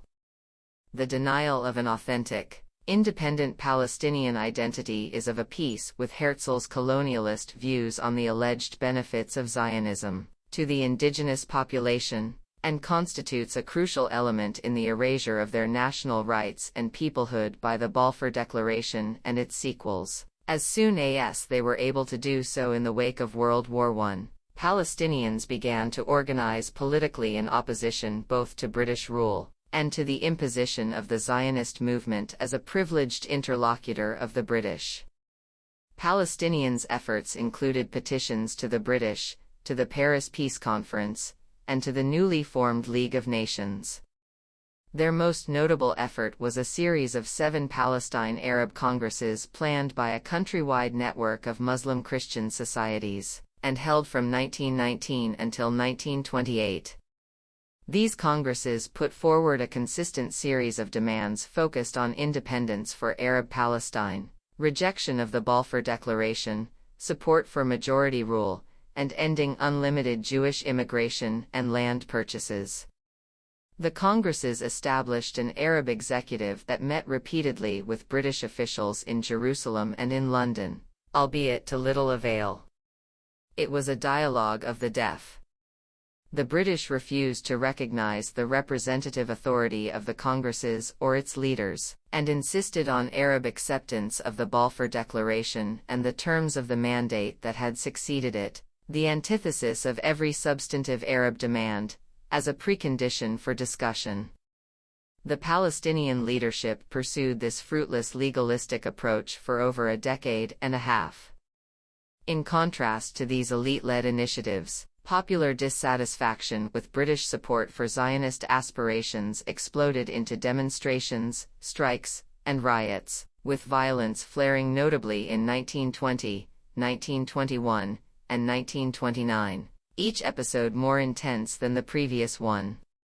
In every case, these were spontaneous eruptions, often provoked by Zionist groups flexing their muscle. The British repressed peaceful protests and outbreaks of violence with equally harsh severity, but Arab popular discontent continued. By the early 1930s, younger, educated lower middle and middle-class elements, impatient with the conciliatory approach of the elite, began to launch more radical initiatives and organize more militant groups. These included an activist network set up throughout the northern parts of the country by a Haifa-based itinerant preacher of Syrian origin named Sheikh Is al-Din al-Qassam, which was clandestinely preparing for an armed uprising, as well as the Istiqlal, Independence, Party, whose name summarized its aims. All of these efforts took place initially in the shadow of a strict British military regime that lasted until 1920. One of the congresses was held in Damascus because the British had banned Palestinian political activity, and thereafter under a series of British mandatory high commissioners. The first of them was Sir Herbert Samuel, a committed Zionist and former cabinet minister who laid the governmental foundations for much of what followed, and who ably advanced Zionist aims while foiling those of the Palestinians. Well-informed Palestinians were aware of what the Zionists were preaching both abroad and in Hebrew in Palestine to their followers, that unlimited immigration would produce a Jewish majority that would permit a takeover of the country. They had been following the doings and sayings of Zionist leaders via the extensive reportage on the subject in the Arabic press, since well before the war. While Chaim Weizmann had, for example, told several prominent Arabs at a dinner party in Jerusalem in March 1918, to beware treacherous insinuations that Zionists were seeking political power, most knew that such assertions were strategic and meant to cloak the Zionists' real objectives. Indeed, the Zionist movement's leaders understood that, under no circumstances should they talk as though the Zionist program required the expulsion of the Arabs, because that would cause the Jews to lose the world's sympathy, but knowledgeable Palestinians were not deceived. While readers of the press, members of the elite, and villagers and city dwellers who were in direct contact with the Jewish settlers were conscious of the threat, such awareness was far from universal. Similarly, the evolution of the Palestinians' sense of self was uneven. While most people desired Palestinian independence, some entertained the hope that such independence could be secured as part of a larger Arab state. A newspaper briefly published in Jerusalem in 1919 by Arif al-Arif and another political figure, Muhammad Hassan al-Badari, proclaimed this aspiration in its name, Suriyya al-Janubiyya, or Southern Syria. The publication was quickly suppressed by the British. A government under Emir Faisal, son of Sharif Hussein, had been established in Damascus in 1918. And many Palestinians hoped their country would become the southern part of this nascent state. However, France claimed Syria for itself on the basis of the Sykes-Picot Agreement, and in July 1920, French troops occupied the country, eliminating the newborn Arab state. As Arab countries under mandates or other forms of direct or indirect European control became preoccupied with their own narrow problems, more and more Palestinians realized that they would have to depend on themselves. Arabism and a sense of belonging to the larger Arab world always remained strong, but Palestinian identity was constantly reinforced by Britain's bias in favor of the burgeoning Zionist project. Changes elsewhere in the Middle East swept a region racked by continued instability. Following a bitter clash with Allied occupying forces, the nucleus of a Turkish republic arose in Anatolia in place of the Ottoman Empire. Meanwhile, Britain failed to impose a one-sided treaty on Iran and withdrew its occupation forces in 1921. France established itself in Syria and Lebanon, after crushing Emir Faisal's state. Egyptians revolting against their British overlords in 1919 were suppressed with great difficulty by the colonial power, which was finally obliged to grant Egypt a simulacrum of independence in 1922. Something analogous occurred in Iraq, where a widespread armed uprising in 1920 obliged the British to grant self-rule under an Arab monarchy, headed by the same Emir Faisal, now with the title of king. Within a little more than a decade after World War I, Turks, Iranians, Syrians, Egyptians, and Iraqis all achieved a measure of independence, albeit often highly constrained and severely limited. In Palestine, the British operated with a different set of rules. In 1922, the new League of Nations issued its mandate for Palestine, which formalized Britain's governance of the country. In an extraordinary gift to the Zionist movement, the mandate not only incorporated the text of the Balfour Declaration verbatim, it substantially amplified the declaration's commitments. The document begins with a reference to Article 22 of the Covenant of the League of Nations, which states that for certain communities, their existence as independent nations can be provisionally recognized. It continues by giving an international pledge to uphold the provisions of the Balfour Declaration. The clear implication of this sequence is that only one people in Palestine is to be recognized with national rights: the Jewish people. This was in contradistinction to every other Middle Eastern mandated territory, where Article 22 of the Covenant applied to the entire population, and was ultimately meant to allow for some form of independence of these countries. In the third paragraph of the mandate's preamble, the Jewish people, and only the Jewish people, are described as having a historic connection to Palestine. In the eyes of the drafters, the entire 2,000-year-old built environment of the country with its villages, shrines, castles, mosques, churches, and monuments dating to the Ottoman, Mamluk, Ayyubid, Crusader, Abbasid, Umayyad, Byzantine, and earlier periods belonged to no people at all, or only to amorphous religious groups. There were people there, certainly, but they had no history or collective existence, and could therefore be ignored. The roots of what the Israeli sociologist Baruch Kimmerling called the Politikide of the Palestinian people are on full display in the mandate's preamble. The surest way to eradicate a people's right to their land is to deny their historical connection to it. Nowhere in the subsequent 28 articles of the mandate is there any reference to the Palestinians as a people with national or political rights. Indeed, as in the Balfour Declaration, the words Arab and a Palestinian do not appear. The only protections envisaged for the great majority of Palestine's population involved personal and religious rights and preservation of the status quo at sacred sites. On the other hand, the mandate laid out the key means for establishing and expanding the national home for the Jewish people, which, according to its drafters, the Zionist movement was not creating, but reconstituting. 7 of the mandate's 28 articles are devoted to the privileges and facilities to be extended to the Zionist movement to implement the national home policy. The others deal with administrative and diplomatic matters, and the longest article treats the question of antiquities. The Zionist movement, in its embodiment in Palestine as the Jewish Agency, was explicitly designated as the official representative of the country's Jewish population. Although before the mass immigration of committed European Zionists, the Jewish community comprised mainly either religious or Mizrahi Jews who in the main were not Zionist or who even opposed Zionism. Of course, no such official representative was designated for the unnamed Arab majority. Article 2 of the mandate provided for self-governing institutions. However, the context makes clear that this applied only to the Yishuv, as the Jewish population of Palestine was called, while the Palestinian majority was consistently denied access to such institutions.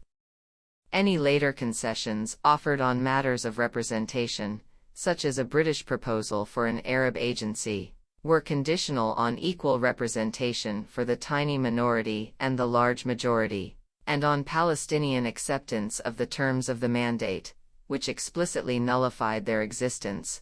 Only the first catch, 22, in which the Palestinians would find themselves trapped. Representative institutions for the entire country on a democratic basis and with real power were never on offer, in keeping with Lloyd George's private assurance to Weizmann, for the Palestinian majority would naturally have voted to end the privileged position of the Zionist movement in their country. One of the key provisions of the mandate was Article 4, which gave the Jewish Agency quasi-governmental status as a public body, with wide-ranging powers in economic and social spheres and the ability to assist and take part in the development of the country as a whole. Beyond making the Jewish Agency a partner to the mandatory government, this provision allowed it to acquire international diplomatic status and thereby formally represent Zionist interests before the League of Nations and elsewhere. Such representation was normally an attribute of sovereignty, and the Zionist movement took great advantage of it to bolster its international standing and act as a parastate. Again, no such powers were allowed to the Palestinian majority over the entire 30 years of the mandate, in spite of repeated demands. Article 6 enjoined the mandatory power to facilitate Jewish immigration and encourage close settlement by Jews on the land. A most crucial provision, given the importance of demography and control of land throughout the subsequent century of struggle between Zionism and the Palestinians. This provision was the foundation for significant growth in the Jewish population and the acquisition of strategically located lands that allowed for control of the country's territorial backbone along the coast, in eastern Galilee, and in the great fertile Marj ibn Amr Valley connecting them. Article 7 provided for a nationality law to facilitate the acquisition of Palestinian citizenship by Jews. This same law was used to deny nationality to Palestinians who had emigrated to the Americas during the Ottoman era, and now desired to return to their homeland. Thus Jewish immigrants, irrespective of their origins, could acquire Palestinian nationality, while native Palestinian Arabs who happened to be abroad when the British took over were denied it. Finally, other articles allowed the Jewish Agency to take over or establish public works, allowed each community to maintain schools in its own language, which meant Jewish Agency control over much of the Yishuv school system, and made Hebrew an official language of the country. In sum, the mandate essentially allowed for the creation of a Zionist administration parallel to that of the British Mandatory Government, which was tasked with fostering and supporting it. This parallel body was meant to exercise for one part of the population many of the functions of a sovereign state, including democratic representation and control of education, health, public works, and international diplomacy. To enjoy all the attributes of sovereignty, this entity lacked only military force. That would come, in time. To fully appreciate the particularly destructive force of the mandate for Palestinians, it is worth returning to Article 22 of the Covenant of the League of Nations and looking at a confidential memo, written by Lord Balfour in September 1919. For areas formerly part of the Ottoman Empire, Article 22, provisionally, recognized their existence as independent nations. The background to this article in relation to the Middle East involved repeated British promises of independence to all the Arabs of the Ottoman domains during World War I in return for their support against the Ottomans, as well as the self-determination proclaimed by Woodrow Wilson. Indeed, all the other mandated territories in the Middle East ultimately won independence, although both mandatory powers, Britain and France, twisted the rules to maintain the maximum degree of control for the longest possible time. Only the Palestinians were denied these advantages, while representative institutions and progress towards self-rule were obtained by the Jewish population in Palestine, which benefited uniquely from Article 22 of the Covenant. For decades, British officials disingenuously but steadfastly maintained that Palestine had been excluded from wartime promises of Arab independence. However, when relevant extracts from the Hussein McMahon correspondence were revealed for the first time in 1938, the British government was forced to admit that the language used was at the very least ambiguous. As we have seen, one of the officials most deeply involved in depriving Palestinians of their rights was Britain's Foreign Secretary, Lord Arthur Balfour. A diffident, worldly patrician and former Prime Minister and nephew of longtime Tory Prime Minister Lord Salisbury, he had served for 5 years as Britain's Chief Secretary in Ireland, the Empire's oldest colony, where he was much hated, earning the nickname Bloody Balfour. Ironically, it was his government that authored the 1905 Aliens Act, meant primarily to keep destitute Jews fleeing Tsarist pogroms out of Britain. A confirmed cynic, he nevertheless held a few beliefs, one of which was the utility to the British Empire, and the moral rightness of Zionism, a cause to which he was enlisted by Chaim Weizmann. In spite of this belief, Balfour was clear-eyed regarding the implications of his government's actions that others preferred to pretend did not exist. In a confidential September 1919 memo, not publicly known until its publication over 3 decades later in a collection of documents on the interwar period, Balfour set out for the cabinet his analysis of the complications Britain had created for itself in the Middle East, as a result of its conflicting pledges. On the multiple contradictory commitments of the Allies, including those embodied in the Hussein McMahon correspondence, the Sykes-Picot Agreement, and the Covenant of the League of Nations, Balfour was scathing. After summarizing the incoherence of British policy in Syria and Mesopotamia, he bluntly assessed the situation in Palestine. The contradiction between the letter of the Covenant and the policy of the Allies is even more flagrant in the case of the independent nation of Palestine than in that of the independent nation of Syria.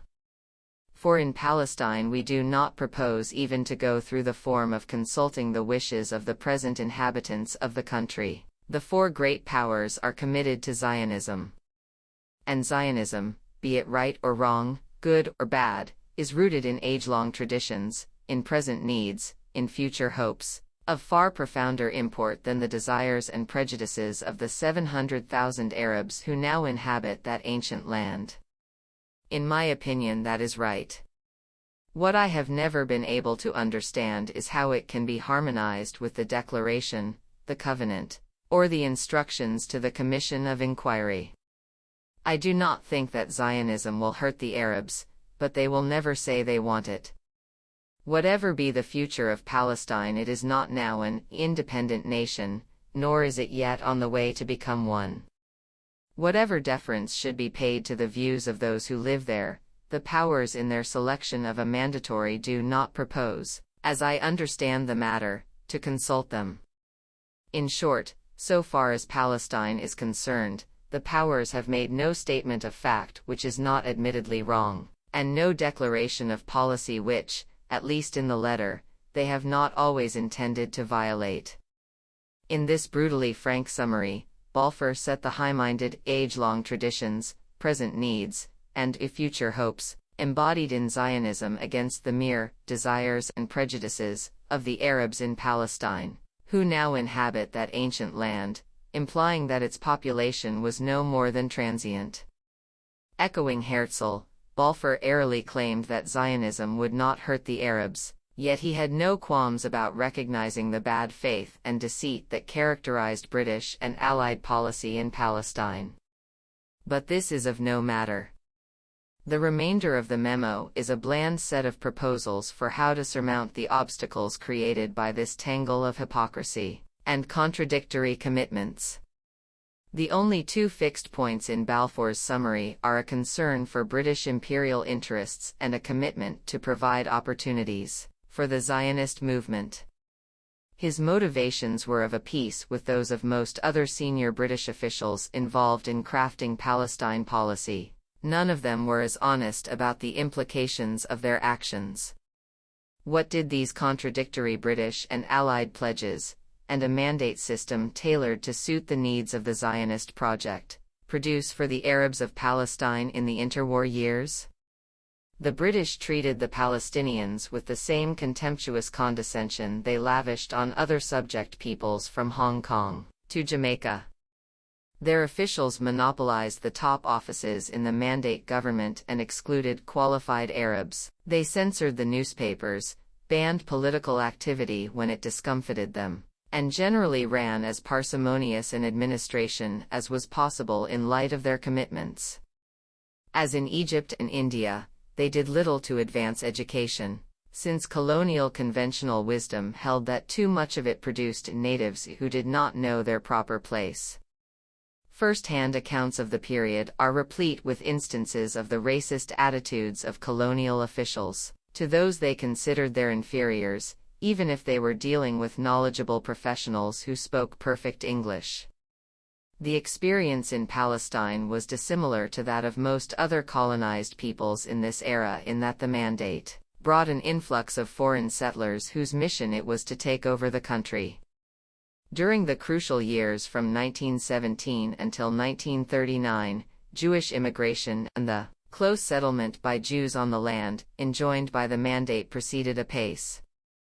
The colonies established by the Zionist movement up and down the coast of Palestine and in other fertile and strategic regions served to ensure control of a territorial springboard for the domination, and ultimately the conquest, of the country, once the demographic, economic, and military balance had shifted sufficiently in favor of the Yishuv. In short order, the Jewish population tripled as a proportion of the total population, growing from a low of about 6% of the whole at the end of World War I to about 18% by 1926. However, in spite of the extraordinary capacity of the Zionist movement to mobilize and invest capital in Palestine, financial inflows to an increasingly self-segregated Jewish economy during the 1920s were 41.5% larger than its net domestic product, an astonishing level. Between 1926 and 1932, the Jewish population ceased to grow as a proportion of the country's population, stagnating at between 17 and 18.5%. Some of these years coincided with the global depression, when Jews leaving Palestine outpaced those arriving and capital inflows decreased markedly. At that point, the Zionist project looked as if it might never attain the critical demographic mass that would make Palestine as Jewish as England is English, in Weizmann's words. Everything changed in 1933 with the rise to power in Germany of the Nazis, who immediately began to persecute and drive out the well-established Jewish community. With discriminatory immigration laws in place in the United States, the United Kingdom, and other countries, many German Jews had nowhere to go but Palestine. Hitler's ascendancy proved to be one of the most important events in the modern histories of both Palestine and Zionism. In 1935 alone, more than 60,000 Jewish immigrants came to Palestine, a number greater than the entire Jewish population of the country in 1917. Most of these refugees, mainly from Germany but also from neighboring countries where anti-Semitic persecution was intensifying, were skilled and educated. German Jews were allowed to bring assets worth a total of $100 million, thanks to the transfer agreement reached between the Nazi government and the Zionist movement, concluded in exchange for lifting a Jewish boycott of Germany. During the 1930s, the Jewish economy in Palestine overtook the Arab sector for the first time, and the Jewish population grew to more than 30% of the total by 1939. In light of fast economic growth and this rapid population shift over only 7 years, combined with considerable expansion of the Zionist movement's military capacities, it became clear to its leaders that the demographic, economic, territorial, and military nucleus necessary for achieving domination over the entire country, or most of it, would soon be in place. As Ben-Gurion put it at the time, immigration at the rate of 60,000 a year means a Jewish state in all Palestine. Many Palestinians came to similar conclusions. Palestinians now saw themselves inexorably turning into strangers in their own land, as Al-Isa had warned in dire tones in 1929. Over the first 20 years of British occupation, the Palestinians' increasing resistance to the Zionist movement's growing dominance had found expression in periodic outbreaks of violence, which occurred in spite of commitments by the Palestinian leadership to the British to keep their followers in line. In the countryside, sporadic attacks, often described by the British and the Zionists as a banditry, bespoke the popular anger at Zionist land purchases, which often resulted in the expulsion of peasants from lands they considered to be theirs that were their source of livelihood. In the cities, demonstrations against British rule and the expansion of the Zionist parastate grew larger and more militant in the early 1930s. Trying to maintain control of events, the elite notables organized a pan-Islamic conference while sending several delegations to London and coordinating various forms of protest. These leaders, however, unwilling to confront the British too openly, withstood Palestinian calls for a full boycott of the British authorities and a tax strike. They remained unable to see that their timid diplomatic approach could not possibly convince any British government to renounce its commitment to Zionism or to acquiesce in the Palestinians' demands. In consequence, these elite efforts failed to halt the march of the Zionist project or to advance the Palestinian cause in any way. Nevertheless, in response to growing Palestinian agitation, and especially following the outbreaks of violent unrest, different British governments were obliged to re-examine their policies in Palestine. The result was a variety of commissions of inquiry and white papers. These included the Hayward Commission in 1920, the Churchill White Paper in 1922, the Shaw Commission in 1929, the Hope-Simpson Report in 1930, the Passfield White Paper in 1930, the Peel Commission in 1937, and the Woodhead Commission in 1938. However, these policy papers recommended only limited measures to placate the Palestinians, most of which were countermanded by the government in London under pressure from the Zionists, or proposed a course of action that only compounded their deep sense of injustice. The eventual result was an unprecedented, countrywide violent explosion in Palestine starting in 1936. The frustration of the Palestinian population at their leadership's ineffective response over 15 years of congresses, demonstrations, and feudal meetings with obdurate British officials finally led to a massive grassroots uprising. This started with a 6-month general strike, one of the longest in colonial history, launched spontaneously by groups of young, urban middle-class militants, many of them members of the Istiqlal Party, all over the country. The strike eventually developed into the Great 1936–39 Revolt, which was the crucial event of the interwar period in Palestine. In the 2 decades after 1917, the Palestinians had been unable to develop an overarching framework for their national movement such as the Wafd in Egypt, or the Congress Party in India or Sinn Féin in Ireland. Nor did they maintain an apparently solid national front as some other peoples fighting colonialism had managed to do.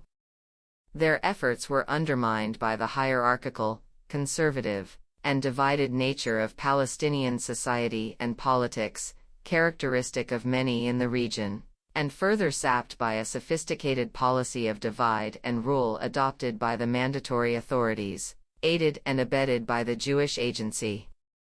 This colonial strategy may have reached its peak of perfection in Palestine after hundreds of years of maturation in Ireland, India, and Egypt.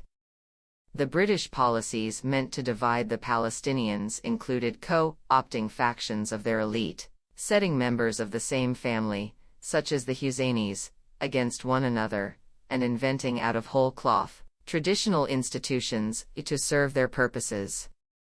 Examples of these British creations were the position of Grand Mufti of all Palestine. Traditionally, there had been 4 muftis of Jerusalem, not all of Palestine, one each for the Hanafi, Shafi'i, Maliki, and Hanbali rites, and the Supreme Muslim Council to administer Muslim community affairs.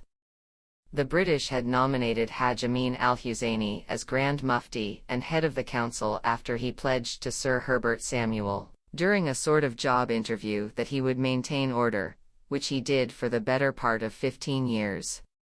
His appointment served 2 purposes. One was to create an alternative leadership structure to the nationalist Arab executive of the Palestinian Congresses, which was headed by the Mufti's cousin, Musa Kazim Pasha al-Husseini, and thus also to instigate friction between the 2 men. The other was to enforce the idea that, besides the Jewish people, with its national characteristics, the Arab population of Palestine had no national nature and consisted only of religious communities. These measures were meant to distract the Palestinians from demanding democratic, nationwide representative institutions, to divide the national movement, and to prevent the creation of a single national alternative to the mandate and its Zionist charge. Although the tactics of divide and rule were fairly successful until the mid-1930s, the 6-month general strike of 1936 constituted a popular and spontaneous explosion from the bottom up that took the British, the Zionists, and the elite Palestinian leadership by surprise, and that obliged the latter to put aside its divisions, at least nominally. The result was the creation of the Arab Higher Committee, which was set up to lead and represent the entire Arab majority, although the British never recognized the AHC as representative.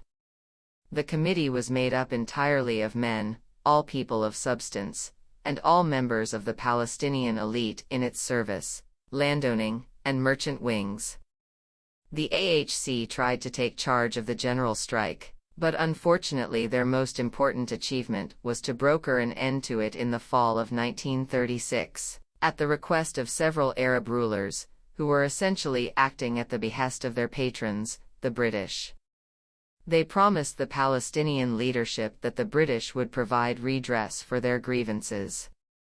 The disappointing outcome of this intervention came in July 1937, when a royal commission under Lord Peel charged with investigating the unrest in Palestine proposed to partition the country, creating a small Jewish state in about 17% of the territory, from which over 200,000 Arabs would be expelled. Expulsion was euphemized as e-transfer. Under this scheme, the rest of the country was to remain under British control or be handed over to Britain's client, Emir Abdullah of Transjordan, which from a Palestinian perspective amounted to much the same thing. Once again, the Palestinians had been treated as if they had no national existence and no collective rights. The Peel Commission's satisfaction of the basic Zionist aims of statehood and removal of the Palestinians, albeit not in the whole of Palestine, combined with its denial of their fervently desired goal of self-determination, goaded the Palestinians into a much more militant stage of their uprising. The armed revolt that broke out in October 1937 swept the country. It was only brought under control 2 years later through a massive use of force, just in time for crack British military units. By then there were 100,000 troops in Palestine, 1 for every 4 adult Palestinian men, to be redeployed to fight World War II. The revolt achieved remarkable temporary successes but ultimately produced debilitating results for the Palestinians. Of all the services Britain provided to the Zionist movement before 1939, perhaps the most valuable was the armed suppression of Palestinian resistance in the form of the revolt. The bloody war waged against the country's majority, which left 10% of the adult male Arab population killed, wounded, imprisoned, or exiled, was the best illustration of the unvarnished truths uttered by Jabotinsky about the necessity of the use of force for the Zionist project to succeed. To quash the uprising, the British Empire brought in 2 additional divisions of troops, squadrons of bombers, and all the paraphernalia of repression that it had perfected over many decades of colonial wars. The refinements of callousness and cruelty employed went well beyond summary executions. For possession of a single bullet, Sheikh Farhan al-Saadi, an 81-year-old rebel leader, was put to death in 1937. Under the martial law in force at the time, that single bullet was sufficient to merit capital punishment, particularly for an accomplished guerrilla fighter like al-Saadi. Well over 100 such sentences of execution were handed down after summary trials by military tribunals, with many more Palestinians executed on the spot by British troops. Infuriated by rebels ambushing their convoys and blowing up their trains, the British resorted to tying Palestinian prisoners to the front of armored cars and locomotives to prevent rebel attack, a tactic they had pioneered in a futile effort to crush resistance of the Irish during their War of Independence from 1919 to 1921. Demolitions of the homes of imprisoned or executed rebels, or of presumed rebels or their relatives, was routine, another tactic borrowed from the British playbook developed in Ireland. 2 other imperial practices employed extensively in repressing the Palestinians were the detention of thousands without trial, and the exile of troublesome leaders.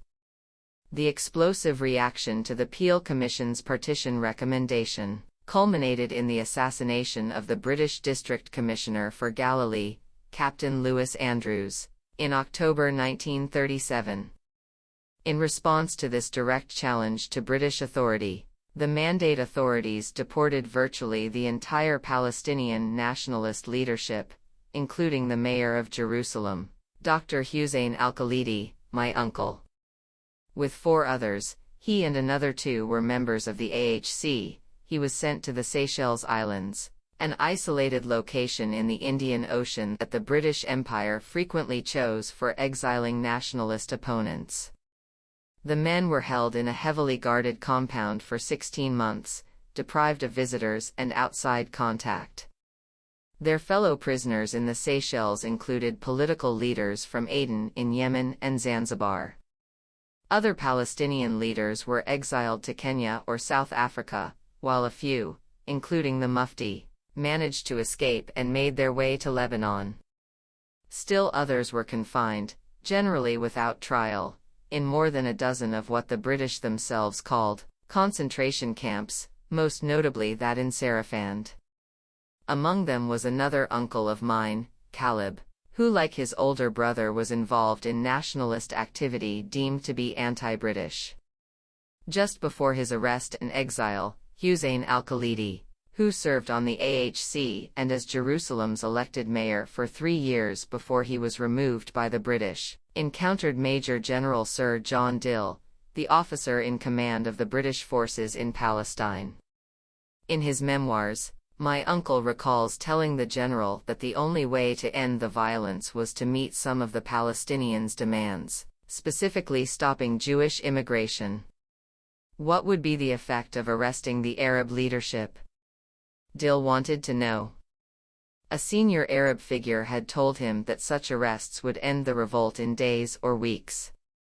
My uncle set him straight: the revolt would only accelerate and spread out of control.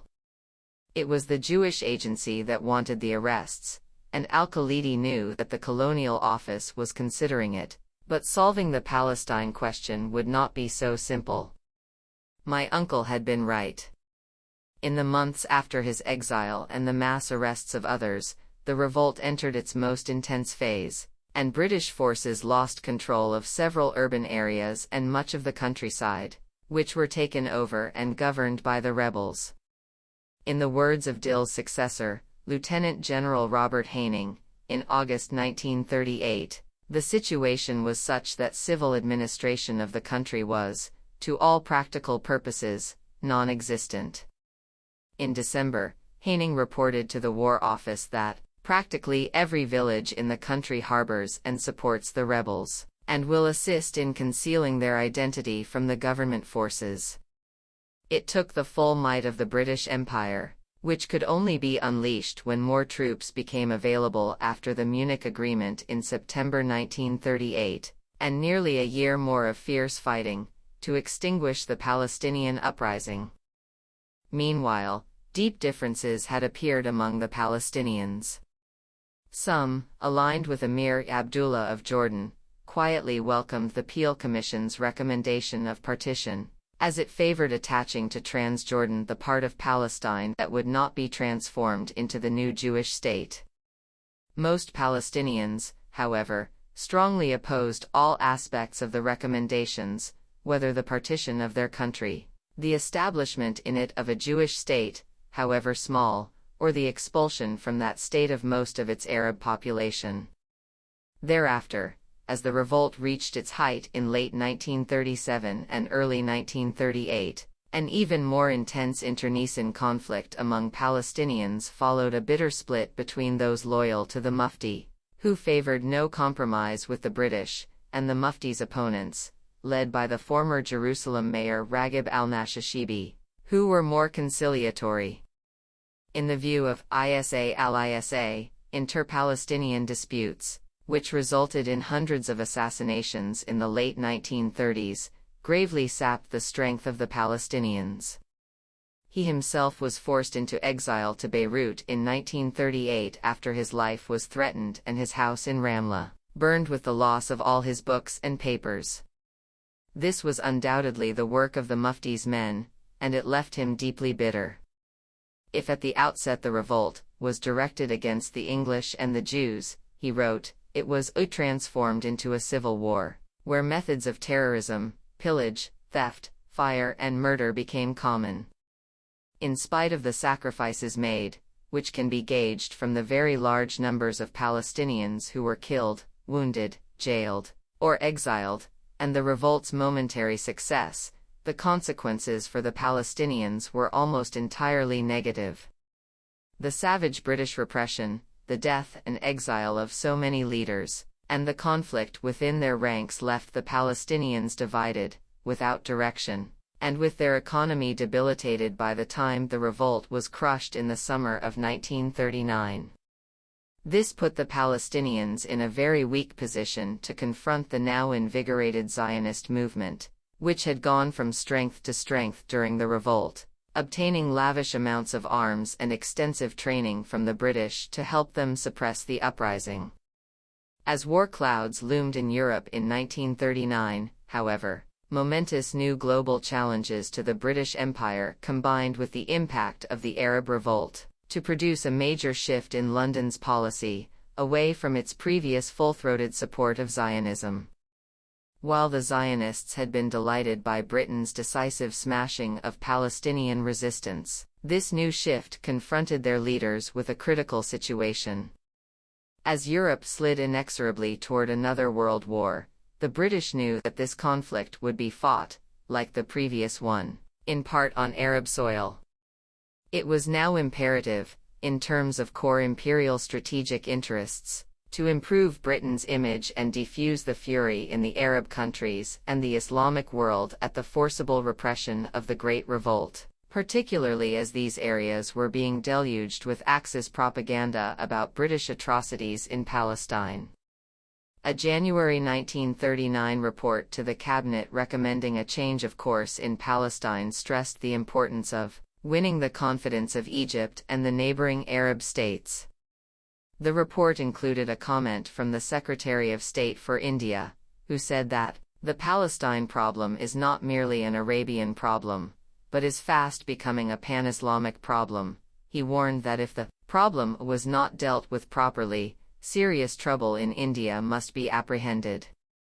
After the failure of a conference held in the spring of 1939 at St. James's Palace in London involving representatives of the Palestinians, the Zionists, and the Arab states, Neville Chamberlain's government issued a white paper in an attempt to appease outraged Palestinian, Arab, and Indian Muslim opinion.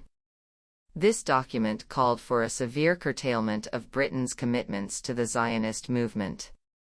It proposed strict limits on Jewish immigration and on land sales, two major Arab demands, and promised representative institutions in 5 years and self-determination within 10, the most important demands.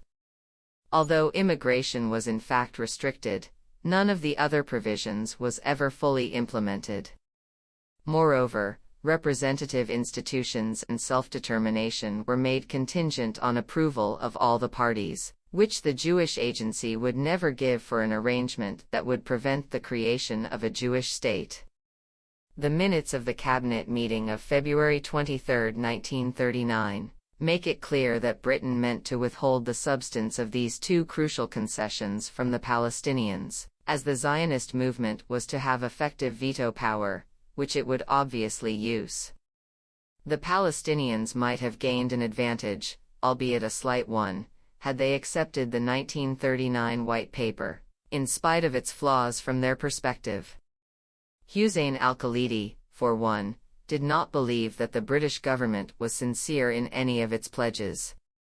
He stated acidly that he knew at the St. James's Palace Conference, which he was brought out of exile in the Seychelles to attend, that Britain never seriously intended for one moment to be faithful to its promises. From the first sessions, it was clear to him that the conference was a means to gain time, and to drug the Arabs, no more and no less, to please the Arabs so they would stop their revolution, and give the British time to catch their breath as war clouds gathered. He nevertheless came around to favoring a flexible and positive response to the White Paper, as did other Palestinian leaders such as Musa al-Alami and Jamal al-Husseini, the Mufti's cousin. In the end, however, the Mufti, after indicating that he was inclined toward acceptance, insisted on outright refusal, and his position carried the day. After the St. James's Palace Conference, the British once again sent Hussein al-Khalidi into exile, this time to Lebanon. When he saw how the revolt had degenerated in the face of massive British repression and how dire the situation was in Palestine, he argued for halting the resistance. But here, too, his views were overruled. In any case, it was already too late. The Chamberlain government had only a few months left in office when it issued the White Paper. Britain was at war very soon afterward, and Winston Churchill, who succeeded Chamberlain as Prime Minister, was perhaps the most ardent Zionist in British public life. More important, as World War II turned into a truly global conflict with the Nazi invasion of the Soviet Union, and the entry of the United States into the war after Pearl Harbor, a new world was about to be born in which Britain would at best be a second-class power. The fate of Palestine would no longer be in its hands. But as Dr. Hussein bitterly noted, By this point Britain had already more than done its duty to its Zionist protégé. Looking back in his 3-volume memoirs written in Beirut in 1949, during one of the many periods of exile he endured, my uncle believed that the primary problem faced by the Palestinians during the Mandate was the British. He deplored the bad faith and ineptitude of the leaders of the Arab states, and he directed balanced and mostly even-keeled criticism at the failures of the Palestinian leadership, including at times his own. He saw clearly the impact of the Zionist movement's single-minded focus on complete domination of Palestine and the competence and sheer deceitful audacity of its leaders, many of whom he knew personally. But like most of his generation and class, Dr. Hussein reserved his true spleen for the British and their hostility toward the Palestinians. He knew many of their officials well. He had served as a senior medical officer under the Mandate administration before becoming mayor of Jerusalem. He later dealt with them as a negotiator at the St. James's Palace Conference in 1939 and then, in Jerusalem through the fighting of 1947–48, when he was one of the few Palestinian leaders to remain in the Holy City. Many were still in British-ordered exile. He apparently got on with a few British officials, and the English he had learned at the Anglican St. George's School in Jerusalem and the American University of Beirut served him well in his dealings with them, but his resentment of the hypocrisy, haughtiness, and duplicity of British officialdom in general was boundless. He took T.E. Lawrence, of Arabia, as a perfect example of British perfidy, although he was careful to contrast Lawrence's frank description in 7 Pillars of Wisdom of his deception and betrayals of the Arabs, with the honesty and uprightness of the British teachers and missionaries he knew in Jerusalem before the war. It was their consistent support for the Zionists that most angered Dr. Hussein. Even if British officials in Palestine became convinced of the unsustainable manifold costs of maintaining the Iron Wall to protect the Zionist project, whose leaders were often ungrateful for all that was done for them, their recommendations were almost invariably countermanded in London. At least until 1939, the Zionists were able to place their supporters, or sometimes their leaders, like the formidable Chaim Weizmann, at the elbow of key British decision-makers in Whitehall, some of whom were also fervent Zionists. Dr. Hussein notes caustically that when official British commissions came out to Palestine to investigate the situation in the 1920s and 1930s, any conclusions they reached that were favorable to the Arabs were countered by Zionist lobbying in London, where an extraordinary degree of intimacy prevailed between Zionist leaders and senior British political figures. Isa al-Isa also wrote his memoirs in exile in Beirut soon after the 1948 war. His view of the interwar period differs in many respects from my uncle's. Unlike Dr. Hussein, al-Isa had fallen out bitterly with the Mufti after the Peel Commission report in 1937, and he suffered personally from the subsequent split in the Palestinian leadership. If in al-Isa's view this internal division gravely harmed the Palestinians, so did backward social relations and lack of education among the Arabs, and above all the unwavering focus of the Zionists, backed by the British, on supplanting the indigenous population, a topic on which he had been writing eloquently for many decades. He had no love for the British nor they for him, but in his analysis the central problem was Zionism, compounded by Palestinian and Arab weakness. Fittingly, his critiques in poetry and prose of the Arab rulers after 1948 were scathing, and his descriptions of them, especially Amir Abdullah, are far from complimentary. 2 further things must be said in conclusion about the revolt and about Britain's repression of it. The first is that it proved the clear-sightedness of Ze'ev Jabotinsky and the self-delusion of many British officials. The Zionists' colonial enterprise, aimed at taking over the country, necessarily had to produce resistance. If you wish to colonize a land in which people are already living, Jabotinsky wrote in 1925, You must find a garrison for the land, or find a benefactor who will provide a garrison on your behalf. Zionism is a colonizing venture and, therefore, it stands or falls on the question of armed forces. At least initially, only the armed forces provided by Britain could overcome the natural resistance of those being colonized. Much earlier, the King Crane Commission, sent out in 1919 by President Woodrow Wilson to ascertain the wishes of the peoples of the region, had come to similar conclusions as those of Jabotinsky. Told by representatives of the Zionist movement that it looked forward to a practically complete dispossession of the present non-Jewish inhabitants of Palestine, in the course of turning Palestine into a Jewish state, the commissioners reported that none of the military experts they consulted believed that the Zionist program could be carried out except by force of arms, and all considered that a force of not less than 50,000 soldiers would be required to execute this program. In the end, it took the British more than double that number of troops to prevail over the Palestinians in 1936 through 1939. In a cover letter to Wilson, the commissioners presciently warned that, if the American government decided to support the establishment of a Jewish state in Palestine, they are committing the American people to the use of force in that area, since only by force can a Jewish state in Palestine be established or maintained. The Commission thereby accurately predicted the course of the subsequent century. The second point is that both the revolt and its repression, and the consequent successful implantation of the Zionist project, were the direct, inevitable results of the policies set out in the Balfour Declaration, and the belated implementation of the declaration of war that Balfour's words embodied.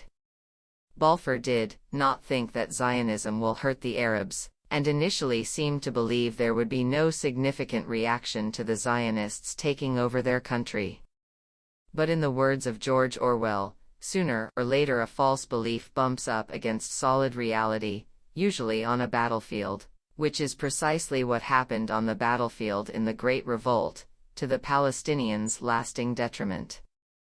After 1917, the Palestinians found themselves in a triple bind, which may have been unique in the history of resistance to colonial settler movements. Unlike most other peoples who fell under colonial rule, they not only had to contend with the colonial power in the metropole, in this case London, but also with a singular colonial settler movement that, while beholden to Britain, was independent of it, had its own national mission, a seductive biblical justification, and an established international base and financing. According to the British official responsible for migration and statistics, the British government was not the colonizing power here, the Jewish people are the colonizing power. Making matters worse was that Britain did not rule Palestine outright, it did so as a mandatory power of the League of Nations. It was therefore bound not just by the Balfour Declaration but also by the international commitment, embodied in the 1922 Mandate for Palestine. Time and time again, expressions of deep Palestinian dissatisfaction, in the form of protests and disturbances, caused British administrators on the spot and in London to recommend modifications in policy. However, Palestine was not a crown colony or any other form of colonial possession where the British government was free to act as it pleased, if it appeared that Palestinian pressure might force Britain to violate the letter or the spirit of the mandate. There was intensive lobbying in the League's Permanent Mandates Commission in Geneva to remind it of its overarching obligations to the Zionists. Thanks to Britain's faithfulness to these obligations, by the end of the 1930s it was too late to reverse the transformation of the country or to change the lopsided balance of forces that had developed between the two sides.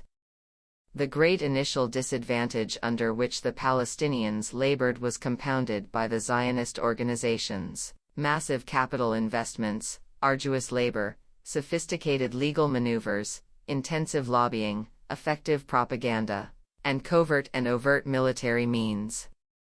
The Jewish colonists' armed units had developed semi-clandestinely, until the British allowed the Zionist movement to operate military formations openly in the face of the Arab revolt.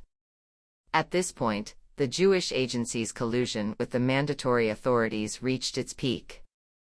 There is a consensus among objective historians that this collusion, supported by the League of Nations, severely undermined any possibility of success for the Palestinian struggle for the representative institutions, self-determination, and independence they believed were their right.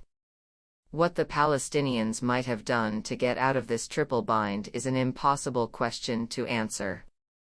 Some have argued that they should have abandoned the preferred legalistic approach of their conservative leadership of mounting empty protests and fruitlessly sending delegations to London to appeal to British goodwill and fair-mindedness. Instead, this thesis suggests they should have broken completely with the British, refused to cooperate with the mandate, as had the Congress Party with the Raj in India or Sinn Féin with the British in Ireland, and, failing all else, they should have followed the path of their Arab neighbors and risen up in arms much sooner than they ultimately did. In any case, they had very few good choices in the face of the powerful triad of Britain, the Zionist movement, and the League of Nations mandate. Moreover, they had no serious allies, besides the support of amorphous, inchoate Arab public opinion, which was solidly behind them even before 1914, but all the more so as the interwar period wore on.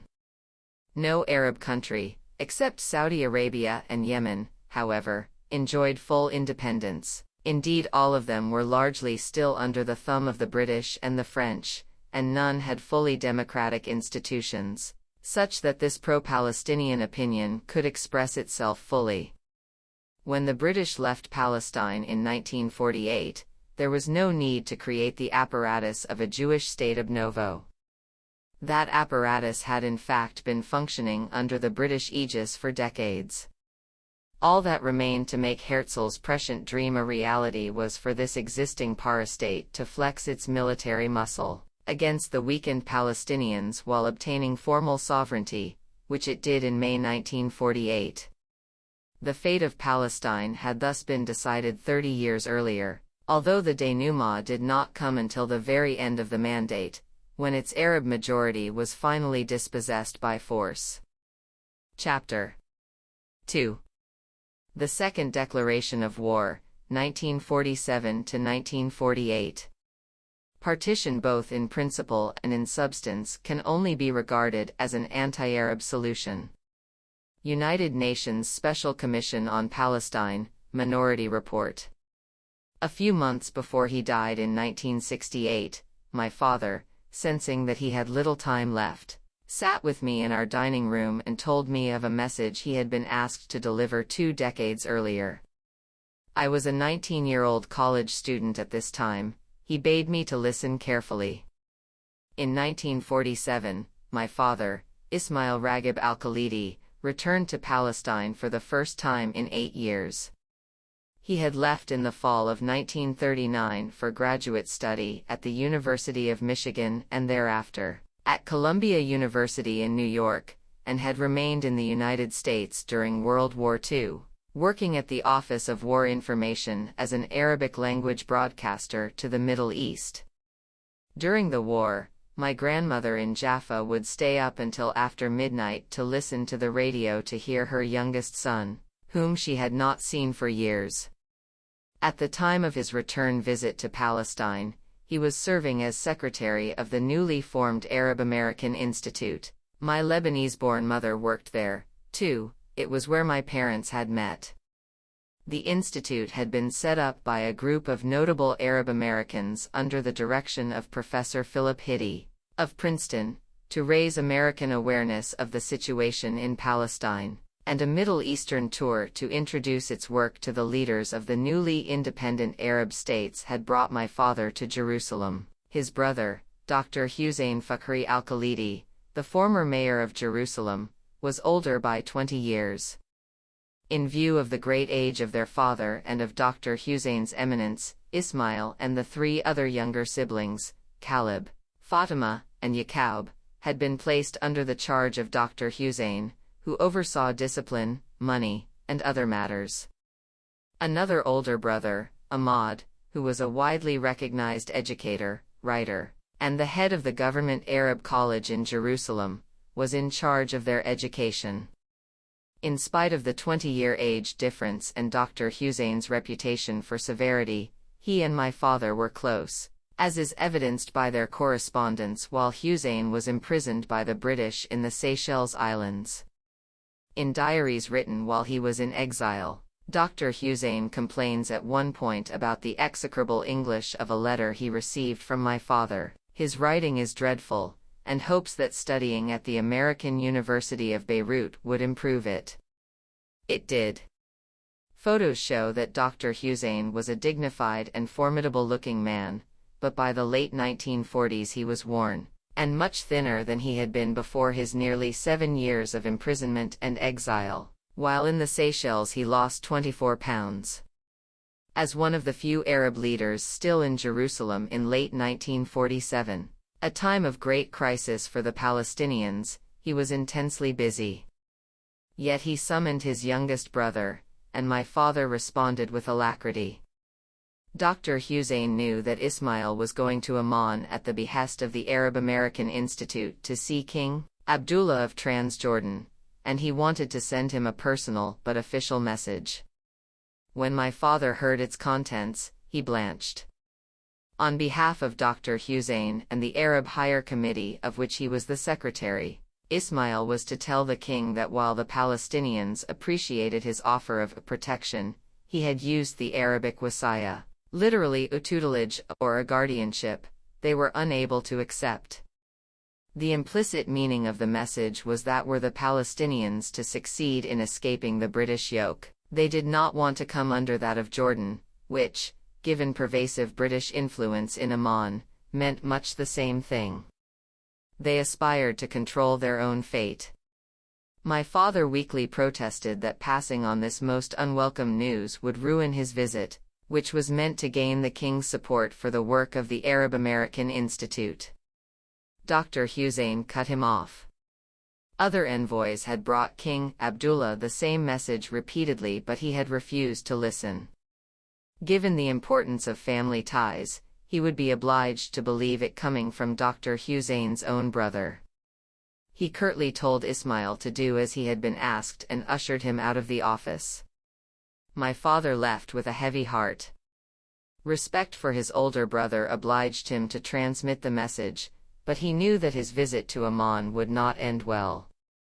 King Abdullah received his guest and listened politely but without great interest to Ismail's enthusiastic report of how the Arab American Institute was working to change American opinion on Palestine, which, even then, was overwhelmingly pro-Zionist and largely ignorant of the Palestinian cause. For decades, the king had attached his fortunes to those of Great Britain, which subsidized his throne, paid for and equipped his troops, and officered his Arab Legion. By contrast, the United States seemed far away and insignificant, and the king appeared manifestly unimpressed. Like most Arab rulers at the time, he failed to appreciate the post-war role of the United States in world affairs. Having carried out the main part of his mission, my father then hesitantly conveyed the message Dr. Hussein had entrusted to him. The king's face registered anger and surprise, and he abruptly stood up, compelling everyone else in the room to stand as well. The audience was over. Exactly at that moment, a servant entered, announcing that the BBC had just broadcast the news of the UN General Assembly's decision in favor of the partition of Palestine. It happened that my father's meeting with the king had coincided with the Assembly's historic vote on November 29, 1947, on Resolution 181, which provided for partition. Before stalking out of the room, the king turned to my father and said coldly, "You Palestinians have refused my offer. You deserve what happens to you." What happened is, of course, now well known. By the summer of 1949, the Palestinian polity had been devastated and most of its society uprooted. Some 80% of the Arab population of the territory that at war's end became the new state of Israel had been forced from their homes and lost their lands and property. At least 720,000 of the 1.3 million Palestinians were made refugees. Thanks to this violent transformation, Israel controlled 78% of the territory of former Mandatory Palestine, and now ruled over the 160,000 Palestinian Arabs who had been able to remain, barely one-fifth of the pre-war Arab population. This seismic upheaval, the Nakba, or the catastrophe, as Palestinians call it, grounded in the defeat of the Great Revolt in 1939 and willed by the Zionist state-in-waiting, was also caused by factors that were on vivid display in the story my father told me: foreign interference and fierce inter-Arab rivalries. These problems were compounded by intractable Palestinian internal differences that endured after the defeat of the revolt, and by the absence of modern Palestinian state institutions. The Nakba was only finally made possible, however, by massive global shifts during World War II. The outbreak of war in 1939 put an end to the wrangling over the British White Paper and brought a relative lull after the upheavals of the revolt. Still, for 3 years, until the battles of Al Alamein and Stalingrad in the fall of 1942, the danger of Nazi panzers arriving from Libya or through the Caucasus was ever present. Jewish immigration slowed significantly as a result of the White Paper and wartime conditions, while Zionist leaders, enraged at what they perceived as Whitehall's abandonment of its commitments to Zionism, shrewdly looked to engineer a diplomatic realignment away from Britain and toward new patrons. However, during this lull, the Zionists were able to continue to build up their military capabilities. Under pressure from the Zionist movement and with support from British Prime Minister Winston Churchill, a Jewish brigade group of the British Army was formed in 1944, providing the already considerable Zionist military forces with training and combat experience, offering a vital advantage in the conflict to come. By contrast, although a wartime boom in Palestine enabled some recovery from the damage caused to the Arab economy by the revolt, the Palestinians remained fragmented politically, with many of their leaders still in exile or in British detention, and failed to make sufficient preparations for the brewing storm. Over 12,000 Palestinian Arabs volunteered for the British Army during World War II, while many others like my father did war work for the Allies, but unlike the Jewish soldiers from Palestine, they never constituted a single unit, and there was no Palestinian parastate to take advantage of the experience they had garnered. The end of the World War brought a new phase of the colonial assault on Palestine, launched by the arrival in the Middle East of two great powers that had previously played small regional roles, the United States and the USSR.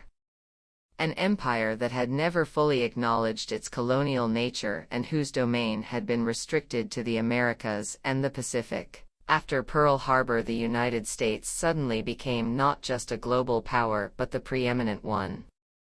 Starting in 1942, American ships, troops, and bases arrived in North Africa, Iran, and Saudi Arabia. They have not left the Middle East since.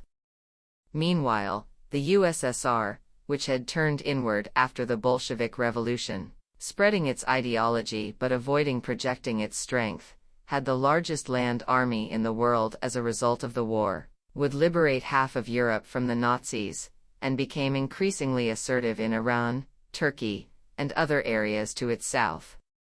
Led by the dominant political figure in the Yishuv, David Ben-Gurion, the Zionist movement presciently foresaw the shift in the global balance of power. The key event in this realignment was the proclamation in 1942 at a major Zionist conference held at the Biltmore Hotel in New York of what was called the Biltmore Program. For the first time, the Zionist movement openly called for turning all of Palestine into a Jewish state. The exact demand was that Palestine be established as a Jewish commonwealth. As with the national home, This was another circumlocution for full Jewish control over the entirety of Palestine, a country with a two-thirds Arab majority. It was no coincidence that this ambitious program was proclaimed in the United States and in New York in particular, then and now the city with the largest Jewish population in the world. Before long, the Zionist movement had mobilized many American politicians and much of public opinion around this objective. This was a result both of this movement's unceasing and effective public relations efforts, which the Palestinians and the fledgling Arab states were unable to match, and of widespread horror at the revelation of the destruction of most of European Jewry by the Nazis in the Holocaust. After President Harry Truman endorsed the goal of a Jewish state in a majority Arab land in the post-war years, Zionism, once a colonial project backed by the declining British Empire, became part and parcel of the emerging American hegemony in the Middle East. Following the war, two crucial events that occurred in quick succession were emblematic of the obstacles ahead for the Palestinians. Their relations with many of the Arab regimes were already fraught because of the Arab rulers' alignment with Britain, going back to their intervention to end the 1936 general strike and their involvement in the failed 1939 St. James's Palace Conference. Things grew worse in March 1945 when, under the aegis of Great Britain, 6 Arab states formed the Arab League. In his memoirs, Dr. Hussein describes the Palestinians' bitter disappointment that the member states decided to remove references to Palestine from the League's inaugural communiqué and to retain control over the choice of Palestine's representative. The Egyptian Prime Minister blocked Musa al-Alami, the Palestinian emissary, from attending the League's founding conference, but reversed his decision immediately when al-Alami secured a letter from Brigadier Clayton, a British intelligence officer in Cairo, who authorized his participation. Although the Alexandria Protocol of October 1944, whereby Egypt, Iraq, Syria, Lebanon, and Transjordan originally agreed to create the League, had stressed the importance of the cause of the Arabs of Palestine, while regretting the woes that have been inflicted on the Jews of Europe, these states were barely independent of their former colonial masters.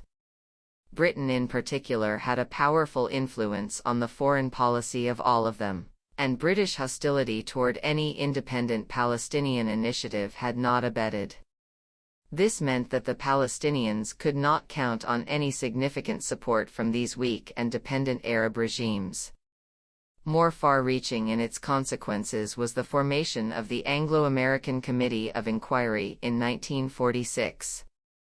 This body was established by the British and U.S. governments to consider the urgent and pitiful situation of Jewish Holocaust survivors, 100,000 of whom were confined to displaced persons camps in Europe.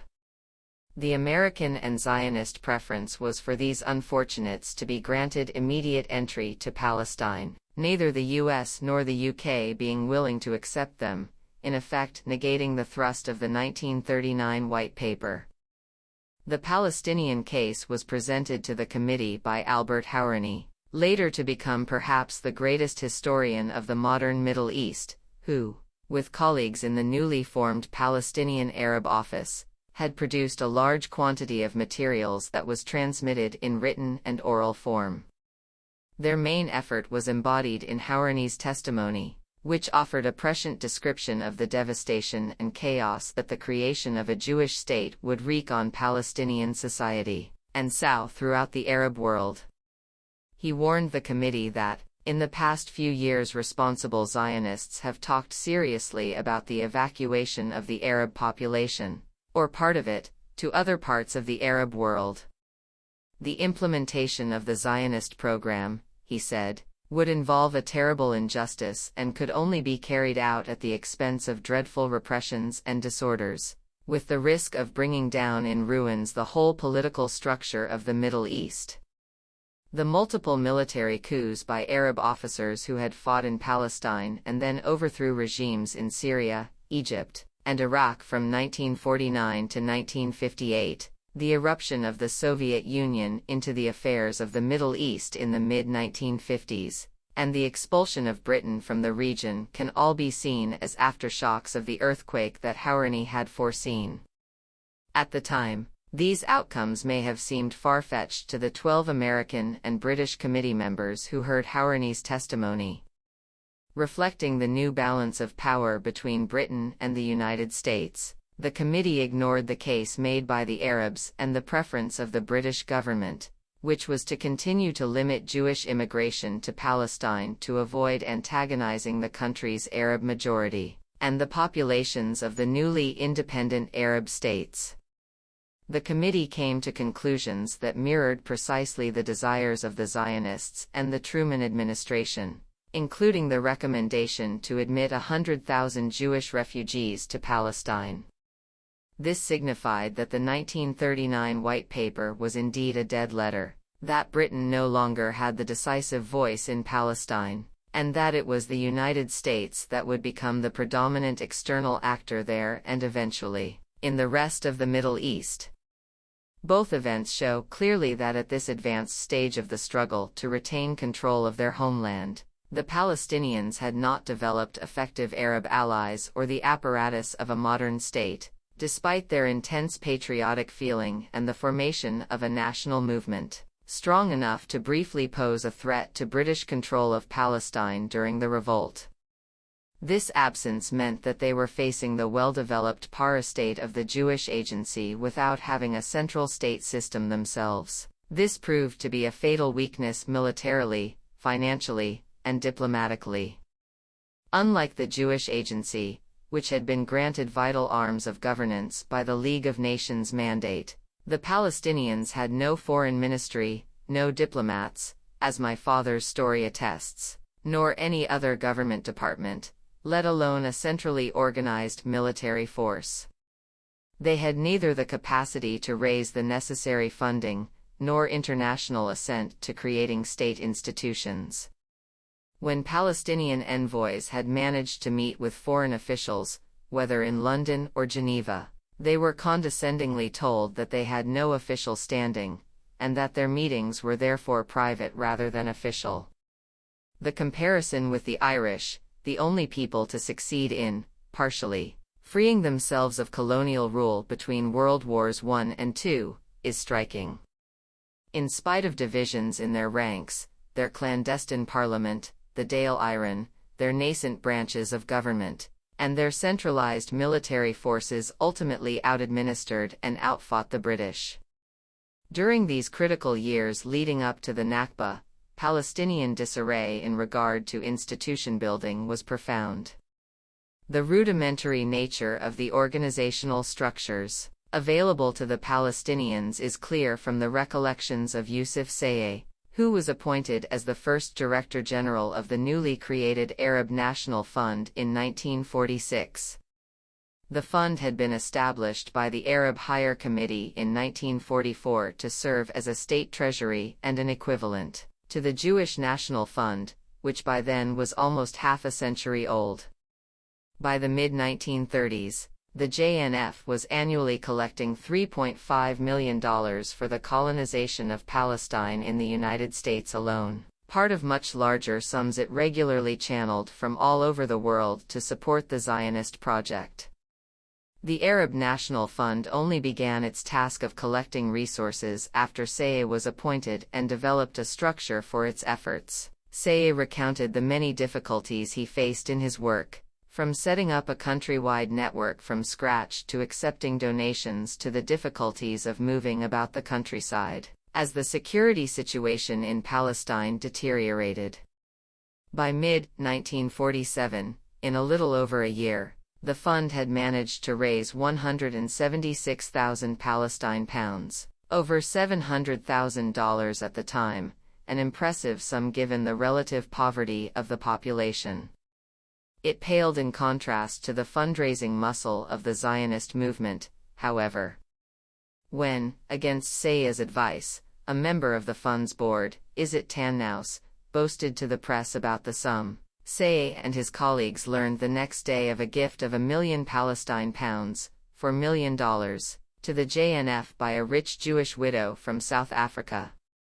Saya's portrayal of the Arab Higher Committee, the Palestinian leadership body formed in 1936, disbanded by the British in 1937, and reconstituted after the war, is equally harsh, a tableau of disorganization and infighting.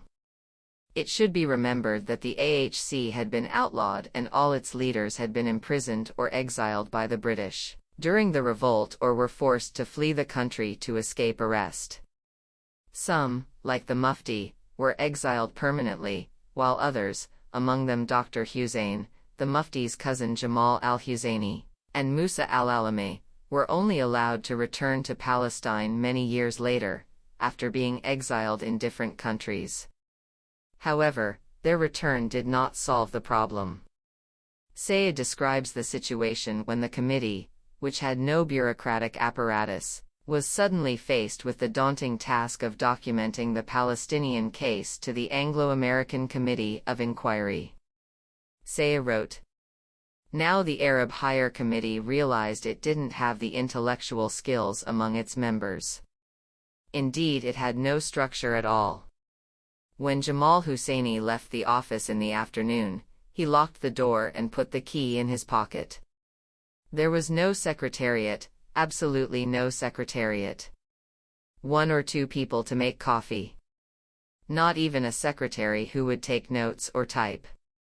It was that empty, the whole thing."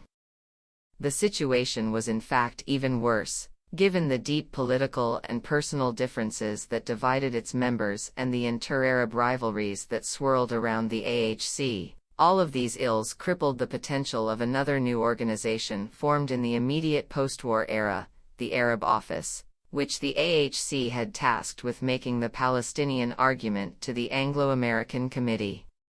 Set up as the nucleus of a Palestinian foreign ministry and supported mainly by the pro-British Iraqi government, headed by Nuri al-Saidi, the Arab Office had both a diplomatic and informational mission, with the goal of making the Palestinian cause better known.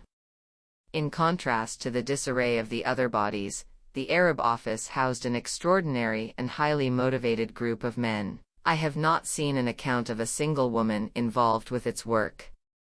They included Musa al-Alami, its founder, the noted educator Darwish al-Mikdadi, the lawyer Ahmad Shakari, who became the first head of the PLO, the future historian Albert Hourani and his younger brother, Cecil, and younger men such as the economist Buran Dajani, Wasfi al-Tal, later the Jordanian Prime Minister, and my cousin, Walid Khalidi, who also went on to become a renowned academic.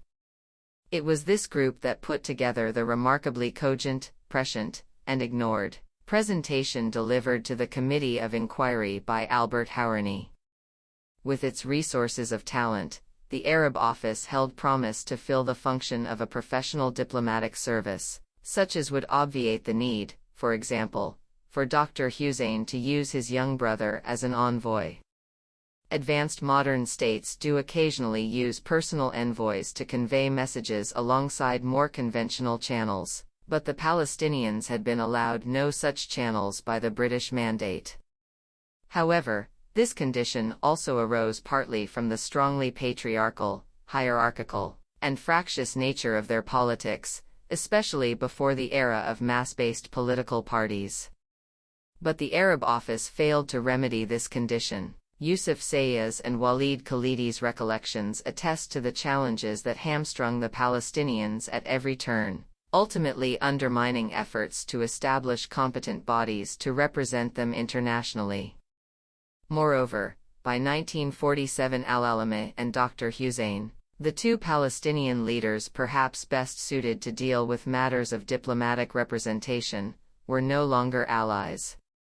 Walid Khalidi describes how al-Alami's high-handedness alienated colleagues, for which there is ample evidence in Dr. Hussein's memoirs. More important, al-Alami's closeness to the pro-British Iraqi regime provoked the suspicions of many Palestinian figures. These inter-Palestinian differences, exacerbated by the rivalries between the newly independent Arab states, are described by Dr. Hussein in painful detail. As he shows, Much of the pre-war polarization between partisans and opponents of the Mufti, Haj Amin al-Husseini, dating to the revolt and before, continued into the post-war era. The polarization was intensified by Britain's unremitting opposition to both the Mufti and any independent Palestinian political entity, which they feared, probably rightly, would be hostile to Britain. This hostility to much of the Palestinian leadership was echoed by most Arab governments, over which the UK still had great influence. Britain's deft behind-the-scenes management of Palestine's representation at the Arab League's founding conference in March 1945 provides a striking example of that influence.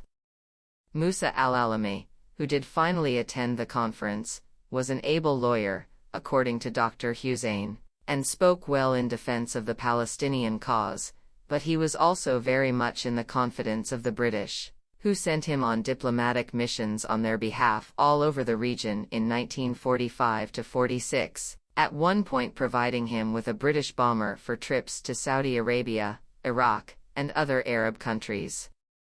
Convinced that Britain, which did not have the best interests of the Palestinians at heart, had too much influence on al-Alami via its support for the Arab office, Dr. Hussein publicly criticized its performance, implicitly criticizing al-Alami.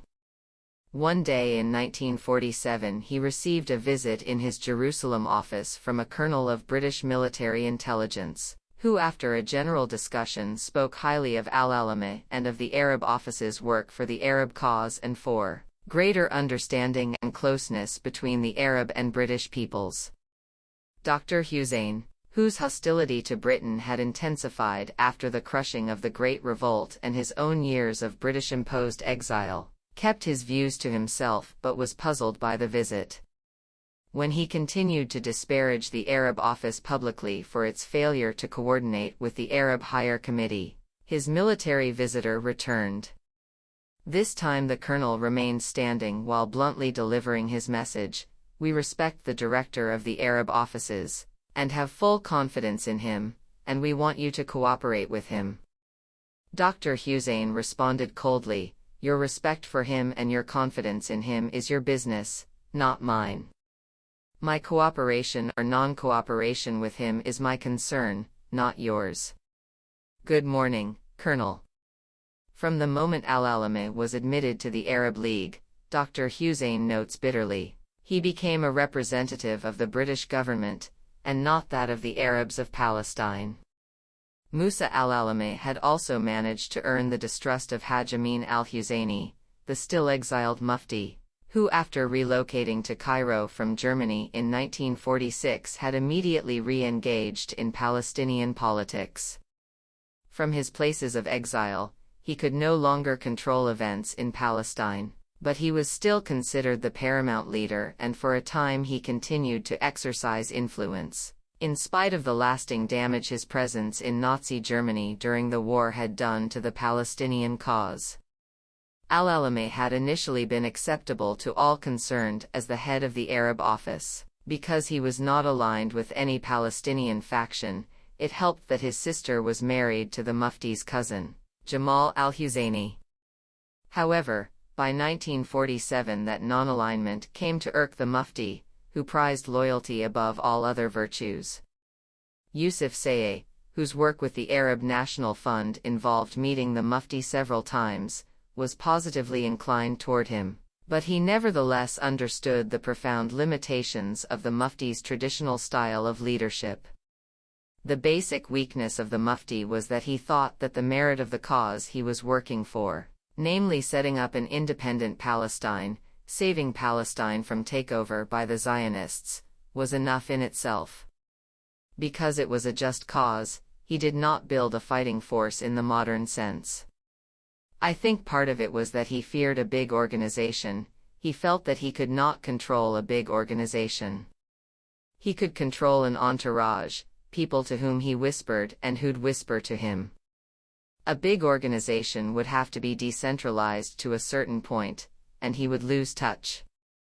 And perhaps he would have to depend on them, and they would depend less on him. Perhaps he was afraid that some leading young fighter would emerge who would be charismatic and would take away some of the loyalty and support that was his. Much in this acute analysis of the patriarchal nature of the Mufti's approach applied to the entire generation of men of his class born during the late Ottoman era who dominated the Palestinian leadership, and for that matter politics in most of the Arab world. There were nascent political parties with a diverse social base in Palestine and elsewhere, such as the Syrian National Party to which Sayeh belonged. But except for Egypt, where the Wafd, a genuine mass-based political party, had dominated the country's politics since 1919, nowhere had these formations developed to the point that they eclipsed the politics of the notables, as Albert Hourani masterfully described it in a famous 1968 essay. Having been financed primarily by Iraq's Nouri al-Saadi and his British-backed government, the Arab Office eventually alienated other Arab states, notably Egypt and Saudi Arabia, which both aspired to pan-Arab leadership. Their leaders, as well as those of Syria and Lebanon, suspected, probably correctly, that the creation of the Arab Office was a vehicle for Iraq's regional ambitions. Other such vehicles included a project for federation among the countries of the Fertile Crescent, Iraq, Syria, Lebanon, Jordan, and Palestine, behind which Nouri's rivals feared lurked his patron, Great Britain. The Arab states' opposition, expressed through the Arab League in Cairo, itself under Egyptian influence, gravely undermined the authority and capacity of the Arab Office, ultimately further weakening the Palestinians. Meanwhile, King Abdullah of Transjordan had his own ambitions to dominate as much as possible of Palestine, having done his best to come to terms with both the Zionists and his British backers over his plans for the country. As Avi Shlaim reports in Collusion Across the Jordan, his account of this era, extensive clandestine contact took place between King Abdullah and Jewish agency leaders, later Israeli prime ministers, Moshe Sharett and Golda Meir. As the United Nations moved toward partition of Palestine, the king repeatedly met with them secretly in the hope of reaching an accord, in which Jordan would incorporate the part of Palestine to be designated for its Arab majority. The king confidently gave them his assurances that the Palestinians would come around and assent to his rule. Thus, Abdullah, unlike Iraq's Nouri, had no use for any form of independent Palestinian leadership or for a body like the Arab Office that would serve as their diplomatic arm. Beyond the strength and broad external support enjoyed by the Zionists, in contrast with the weakness and fragmentation of the Palestinian national movement, the newly independent Arab states, Iraq, Transjordan, Egypt, Syria, and Lebanon, were frail and fraught with rancorous disunity, and the Palestinians had to contend with their dueling ambitions. In his attempt to impose his tutelage on the Palestinians, King Abdullah was in competition with Egypt's King Farouk and King Abd al-Aziz ibn Saudi of Saudi Arabia. Other Arab leaders occasionally entertained complex, ambiguous, and surreptitious contacts with the Zionist movement, often to the detriment of the Palestinians. At the same time, many Arab rulers continued to lean heavily on personal relations with undependable British advisors, even as British power was waning. King Abdullah, his brother King Faisal of Iraq and his successors there, and King Abd al-Aziz ibn Saudi relied on British officials, current or former, whose positions were ambiguous. One such was the commander of Abdullah's army, Lieutenant General Sir John Bagot Glubb, known as Glubb Pasha. In some cases these rulers were obliged by treaty to have such advisors, all of whom owed their primary loyalty to Great Britain, not to the Arab leaders they advised. This was also the case with the foreign diplomats from whom the Arab leaders accepted counsel and sometimes orders. The British ambassador's residence in Amman abutted the royal palace, providing for a short trip through the back garden to offer guidance to the king. At times, such advice was quite muscular. In 1942, Ambassador Sir Miles Lampson, unhappy with the Egyptian government of the day, ordered British tanks to surround Abdeen Palace in Cairo, entered the palace grounds in his Rolls-Royce, had the palace doors shot open, and commanded King Farouk to appoint Britain's choice of Prime Minister. This same Prime Minister, Mustafa Nahas Pasha, was the one who refused to allow Musa al-Alameh to represent Palestine at the Arab League. But the quick reversal of his decision by a British intelligence officer showed where the real power resided in Cairo.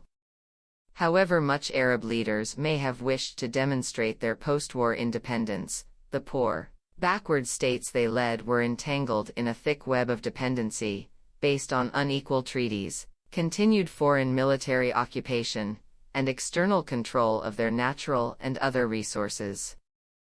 In relation to the newly powerful United States, the Arab leaders, many of them chosen by their European overlords for their pliability, demonstrated feebleness combined with a striking lack of expertise and global awareness. King Abd al-Aziz of Saudi Arabia, who had farsightedly signed a crucial agreement with American oil companies in 1933 to the detriment of British oil interests, met with an ailing Franklin D. Roosevelt on board a U.S. warship in the spring of 1945, weeks before the American leader's death. He received reassuring pledges directly from the president that the United States would do nothing to harm the Arabs of Palestine, and would consult with the Arabs before taking any action there. These promises were casually disregarded by Roosevelt's successor, Harry Truman, but because of the Saudi regime's economic and military dependency on the United States, the king refrained from protesting or exerting influence decisively in favor of the Palestinians. Nor did any of his 6 sons who succeeded him. This dependency, and the ignorance of generation after generation of Arab rulers about the workings of the American political system and international politics, would consistently deprive the Arab world of any possibility of resisting American influence or shaping U.S. policy. By contrast, the Zionist movement applied a highly developed understanding of global politics. Complementing its origins in Europe among well-educated, assimilated Jews such as Theodor Herzl and Chaim Weizmann, the movement also drew on deep roots and extensive connections in the United States, established decades before my father's meeting with King Abdullah. David Ben-Gurion and Yitzhak Ben-Zvi, later the second president of Israel, had spent several years at the end of World War I working for the Zionist cause in the United States, where Golda Meir had lived since childhood. Meanwhile, no members of the Palestinian leadership had ever visited the United States. My father was the first of his family to do so. Compared with the sophisticated grasp the Zionist leadership had of European and other Western societies, of which most of them were natives or citizens, Arab leaders had at best a limited understanding of the politics, societies, and cultures of the countries of Europe, to say nothing of the nascent superpowers. The Palestinian and Arab disunity conveyed by the accounts of my father, Dr. Hussein, Yusuf Sayeh, and Rashid Khalidi, the intrigue and infighting they describe, were ultimately disastrous, not just for the plan for the Arab office to represent the Palestinians internationally, but also for their prospects in the climactic conflict of 1947–48. They entered this fateful contest woefully unprepared both politically and militarily, and with a fragmented and dispersed leadership. Moreover, they had little external support except from the deeply divided and unstable Arab states, still under the influence of the old colonial powers, and which had poor and largely illiterate populations. This was in stark contrast to the international standing and the strong, modern parastate built up by the Zionist movement over several decades. Since 1917, the Palestinian national movement had been faced with the antagonistic tandem of Britain and its protégé, the Zionist project. But the Yishuv had grown more and more hostile to its British patron after the passage of the 1939 White Paper. This hostility erupted with assassinations of British officials, such as that by the Stern Gang in 1944 of Lord Moyne, the resident minister in Egypt, and was followed by a sustained campaign of violence against British troops and administrators in Palestine. This culminated in the 1946 blowing up of the British HQ, the King David Hotel, with the loss of 91 lives. The British soon found themselves unable to master the armed opposition of virtually the entire Yishuv, whose potent military and intelligence organizations they had themselves reinforced during the Great Revolt and World War II.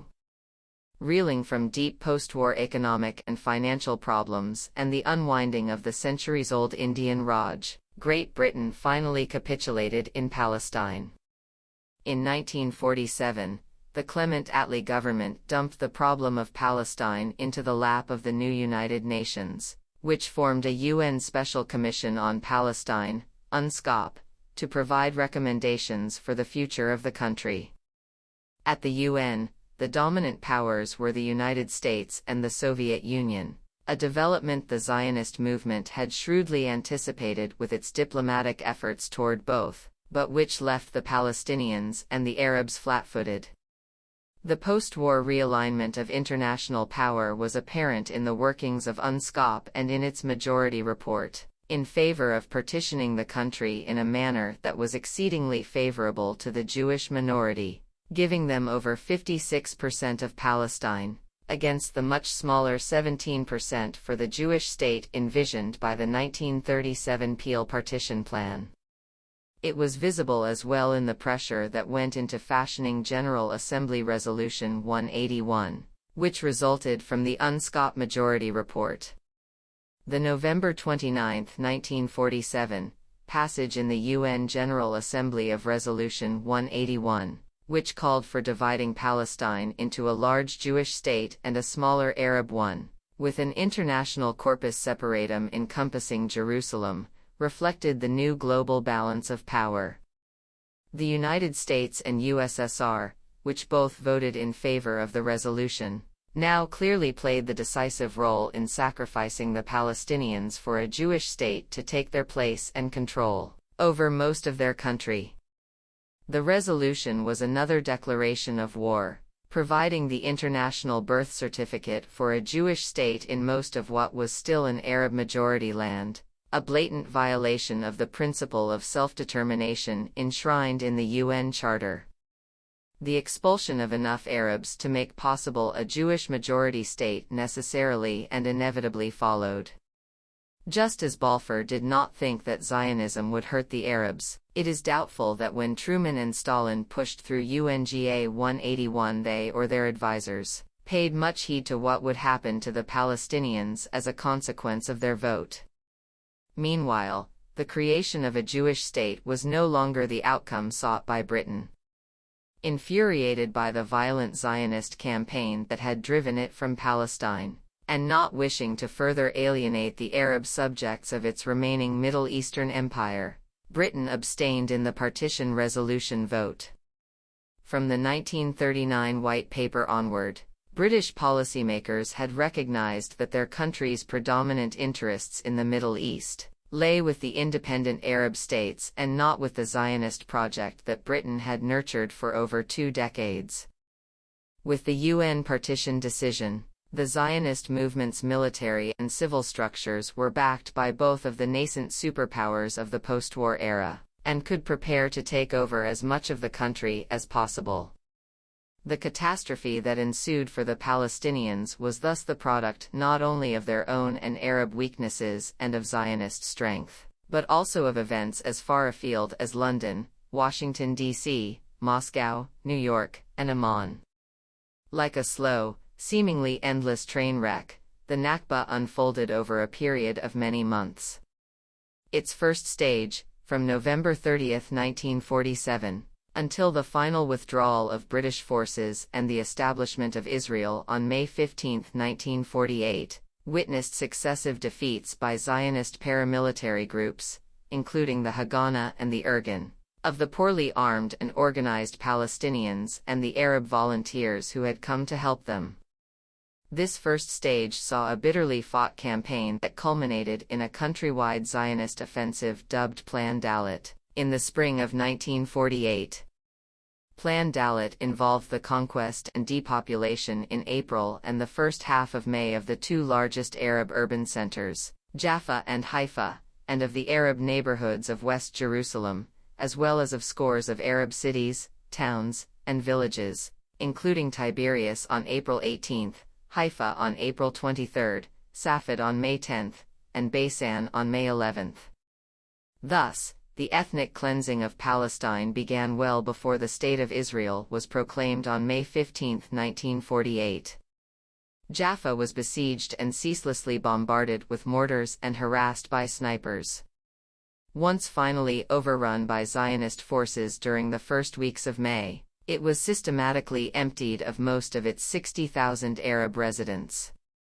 Although Jaffa was meant to be part of the stillborn Arab state designated by the 1947 partition plan, no international actor attempted to stop this major violation of the UN resolution. Subjected to similar bombardments and attacks on poorly defended civilian neighborhoods, the 60,000 Palestinian inhabitants of Haifa, the 30,000 living in West Jerusalem, the 12,000 in Safed, 6,000 in Beisan, and 5,500 in Tiberias suffered the same fate. Most of Palestine's Arab urban population thus became refugees and lost their homes and livelihoods. In April 1948, when the Haganah and other Zionist paramilitary units overran the Arab neighborhoods of West Jerusalem, the Arab Fund's main office in the Kataman district was seized and its director, Yusuf Sayeh, was taken prisoner. Only a few weeks earlier, Sayeh had traveled to Amman to ask King Abdullah for help to prevent the imminent fall of the Arab districts of West Jerusalem. However, the Jordanian consul general in Jerusalem told the king by telephone, in Sayeh's presence, that there was no such danger, declaring, "Your Majesty, who is telling you these stories that Jerusalem is about to fall to the Zionists?" Nonsense. 5 In consequence, Abdullah turned down Sayeh's request and the prosperous West Jerusalem Arab neighborhoods were overrun. Sayeh spent the rest of the war in a POW camp, although he was not connected to the military. Scenes of flight unfolded in smaller towns and villages in many parts of the country. People fled as news spread of massacres like that on April 9, 1948, in the village of Deir Yassin near Jerusalem, where 100 residents, 67 of them women, children, and old people, were slaughtered when the village was stormed by Irgun and Haganah assailants. A day earlier, the strategic nearby village of Al-Kastal had fallen to Zionist forces during a battle in which the Palestinian commander of the Jerusalem area, Abd al-Qadir al-Husseini, died leading his fighters.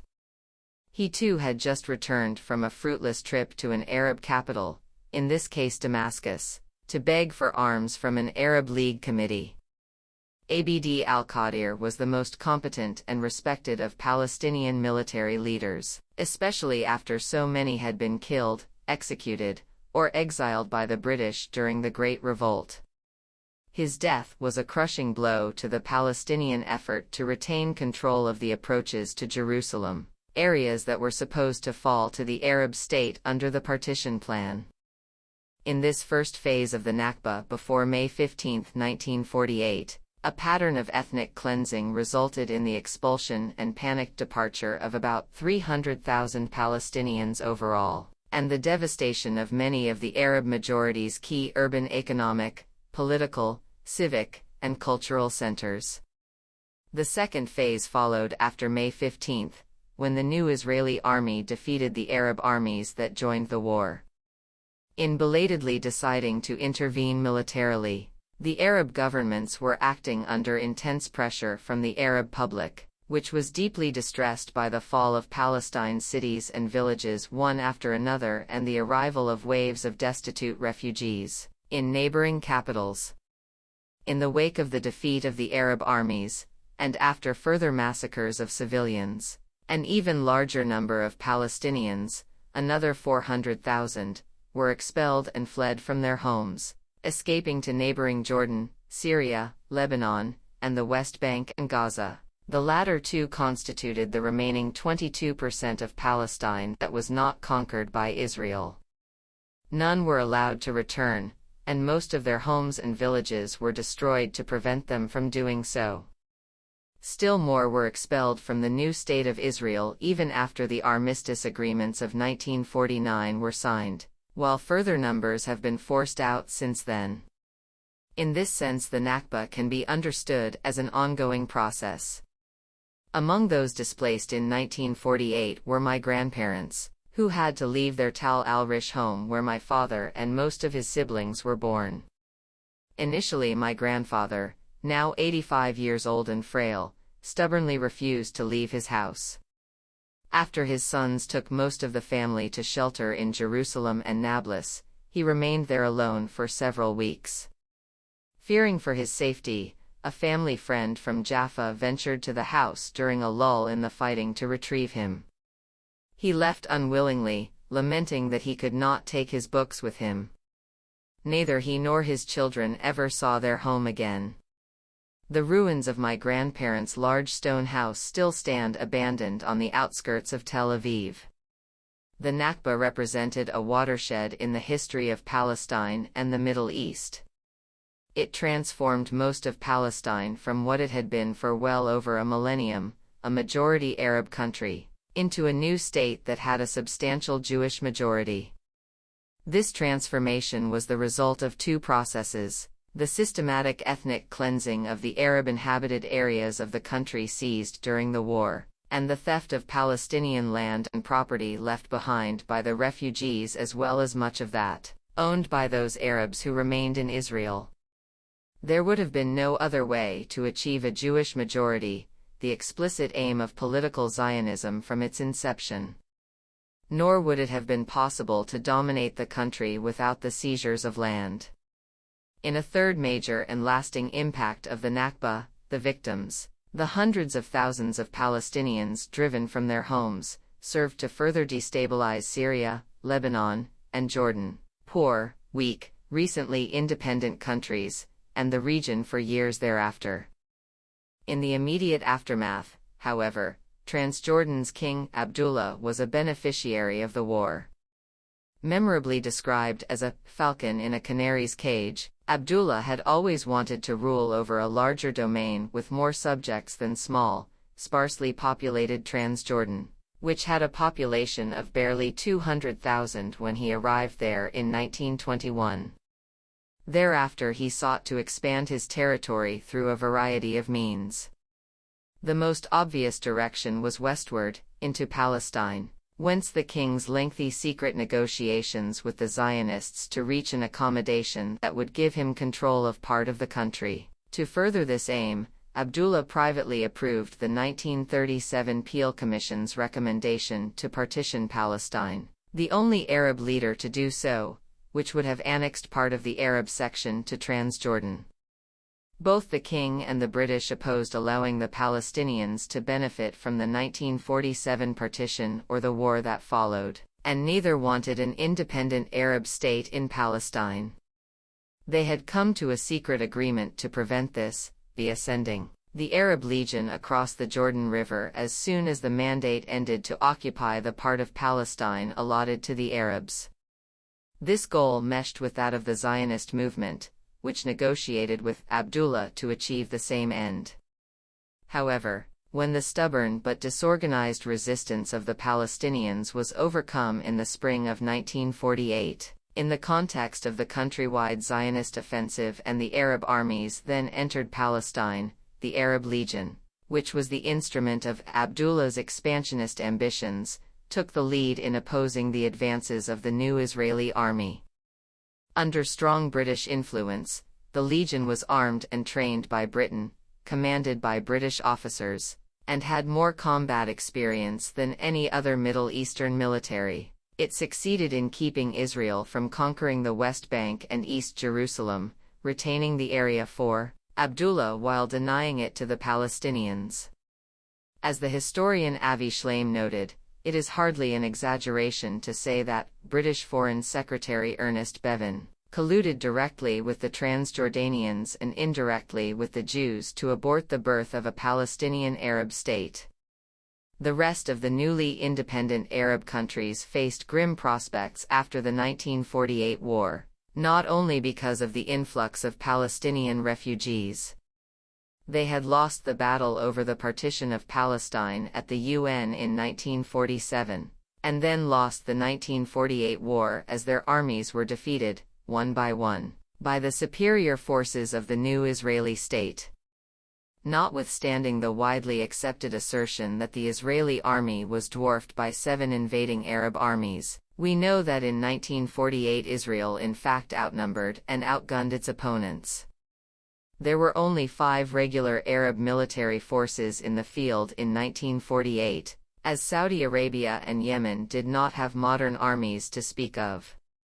Just 4 of these armies entered the territory of Mandatory Palestine. The minuscule Lebanese army never crossed the frontier, and 2 of these, Jordan's Arab Legion and Iraq's forces, were forbidden by their British allies from breaching the borders of the areas allocated to the Jewish state by partition, and thus carried out no invasion of Israel. Having faced their first major international test, the Arab states had failed it with disastrous consequences. Thus began a string of decisive military defeats by what rapidly became a potent Israeli military machine, defeats that continued through the 1982 Lebanon War. They led to a series of regional shocks that fully bore out Albert Hourani's grim predictions in 1946. As a result, the Arab countries, which had been struggling to throw off the chains of poverty, dependency, foreign occupation, and indirect control, now had to confront both daunting new internal challenges and other problems caused by their powerful and aggressive new neighbor, Israel. Finally, the Palestine War confirmed the eclipse of Great Britain in the Middle East and its replacement by the dueling superpowers, the United States and the Soviet Union. Despite their already tense post-war rivalry, both had supported the partition of Palestine and the creation of a Jewish state, albeit for different reasons. Once the State of Israel was established, they both recognized it and offered crucial military support, which was instrumental in its victory. Neither attempted to do anything to help in the creation of the Arab state foreseen in the partition resolution, nor did they act to prevent the elimination of that state via the tacit collaboration of Israel, Jordan, and Britain. Notwithstanding these similarities, the support of the 2 superpowers for Israel was different in motives, duration, and nature. Stalin and his colleagues in the Soviet leadership soon soured on a state that they had assumed would be a socialist protégé of the USSR. They had expected that Israel would serve as a progressive counterweight to what Moscow saw as Britain's pawns, the reactionary British-aligned Arab monarchies of Jordan, Iraq, and Egypt, and that it would fully align with the USSR. By 1950, however, when Israel chose neutrality during the Korean War while moving closer to the United States, it was clear that this would not happen. It did not take long for relations between the 2 countries to cool considerably. By 1955, the Soviet Union had developed close links with several Arab states, while Israel had secretly aligned itself with the old colonial powers, Britain and France, against one of the USSR's new Arab allies, Egypt. Thus the Soviet honeymoon with Zionism and Israel proved to be ephemeral. Israel's relationship with the United States proceeded on entirely different lines. Unlike the domains of the Russian Tsars, which were one of the great crucibles of the virulent European anti-Semitism that gave birth to Zionism, the United States had always been seen as a tolerant refuge for persecuted Jews fleeing from Eastern Europe, 90% of whom migrated there. Between 1880 and 1920, the American Jewish population grew from 250,000 to 4 million, with the majority of new immigrants coming from Eastern Europe. Modern political Zionism developed deep roots in the United States, both within the Jewish community and among many Christians. With Hitler's rise to power in Germany in the early 1930s, Zionism won over influential segments of U.S. public opinion. The revelations of the horrors of the Holocaust were decisive in confirming the validity of the Zionists' call for a Jewish state, and in discomfiting and silencing their opponents, within the Jewish community and outside it. These shifts in opinion during and after World War II were enough to change the calculations of many American politicians. President Harry Truman, predisposed to Zionism through personal friendships and the influence of his closest advisors, was convinced that outright support of its aims was a domestic political necessity. In November 1945, only 9 months after Roosevelt had met and pledged his support to Ibn Saudi, Truman bluntly revealed the motivations behind this major shift when a group of American diplomats presciently warned him that an overtly pro-Zionist policy would harm U.S. interests in the Arab world. "I am sorry, gentlemen," he said, "but I have to answer to hundreds of thousands who are anxious for the success of Zionism. I do not have hundreds of thousands of Arabs among my constituents." Initially, the State Department, the Pentagon, and the CIA, what would become the permanent foreign policy establishment of the new global American imperium, were opposed to Truman's and his advisors' determined partisanship for Zionism and the new state of Israel.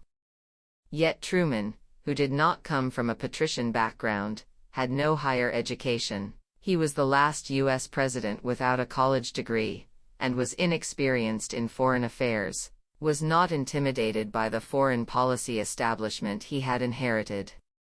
At the outset of the post-war era, respected figures, from Secretary of State George Marshall down to Dean Acheson, George Kennan, and other senior officials at State and the other departments, argued that support for the new Jewish state would harm American strategic, economic, and oil interests in the Middle East in the context of the emerging Cold War. But in the first book to examine carefully newly available government documents from this period, the political scientist Irene Genzier shows that the outlook of key elements within the bureaucracy changed within a matter of months. After Israel's stunning military victories, many bureaucrats and military officers, and with them the U.S. oil industry, quickly came to appreciate the possible utility of the Jewish state for U.S. interests in the region. The main reasons driving this shift were economic and strategic, related to Cold War considerations and the vast energy resources of the Middle East.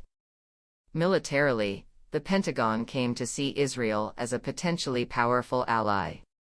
Moreover, neither policymakers nor the oil companies perceived Israel as a threat to U.S. oil interests, given Saudi complaisance over Palestine at the height of the 1948 war.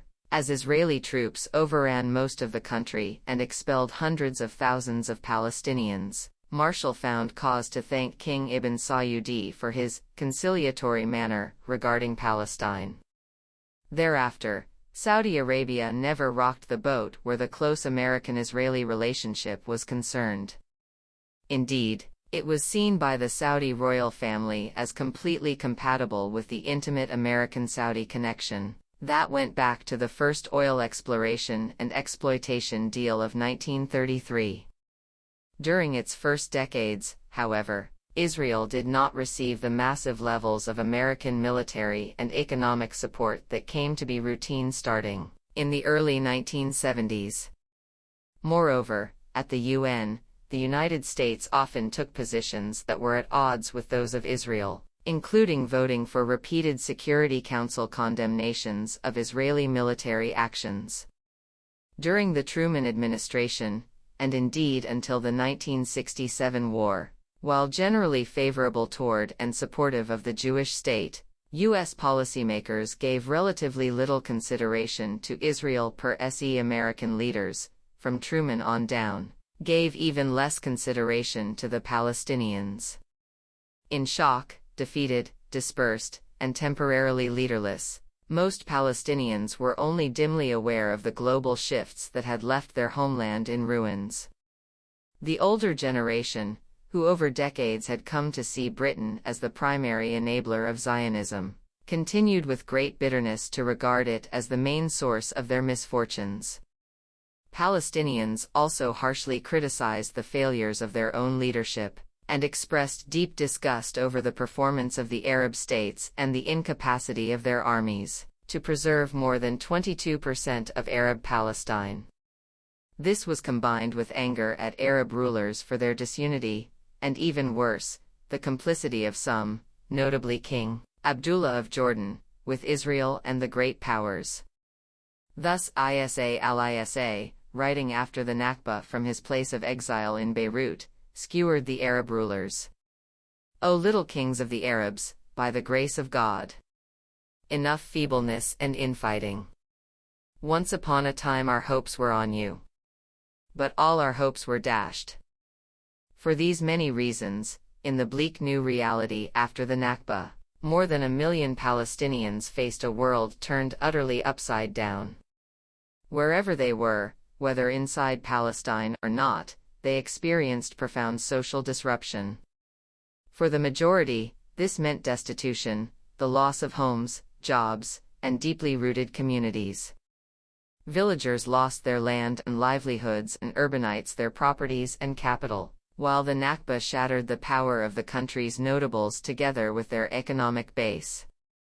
The discredited Mufti would never regain his pre-war authority, nor would others of his class.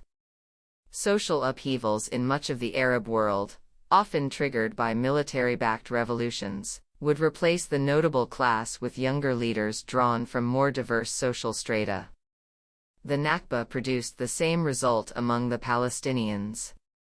Even those who were able to avoid impoverishment had been severed from their place in the world.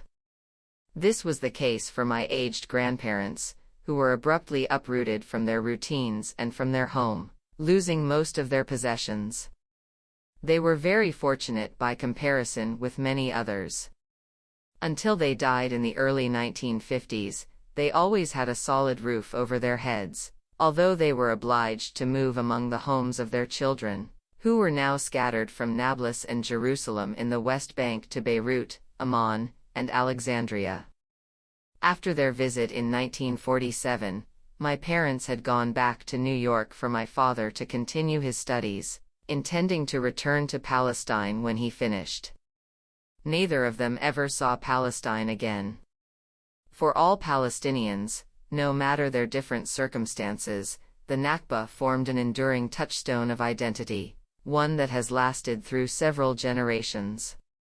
It marked an abrupt collective disruption, a trauma that every Palestinian shares in one way or another, personally or through their parents or grandparents. At the same time as the Nakba provided a new focus for their collective identity, it broke up families and communities, dividing and dispersing Palestinians among multiple countries and distinct sovereignties.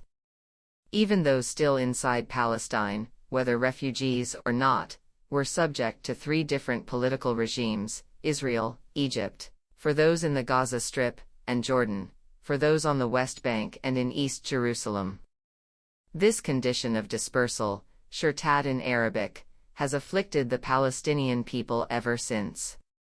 My own family is typical in that I have cousins in Palestine and in a half-dozen Arab countries, and almost as many in Europe and the United States.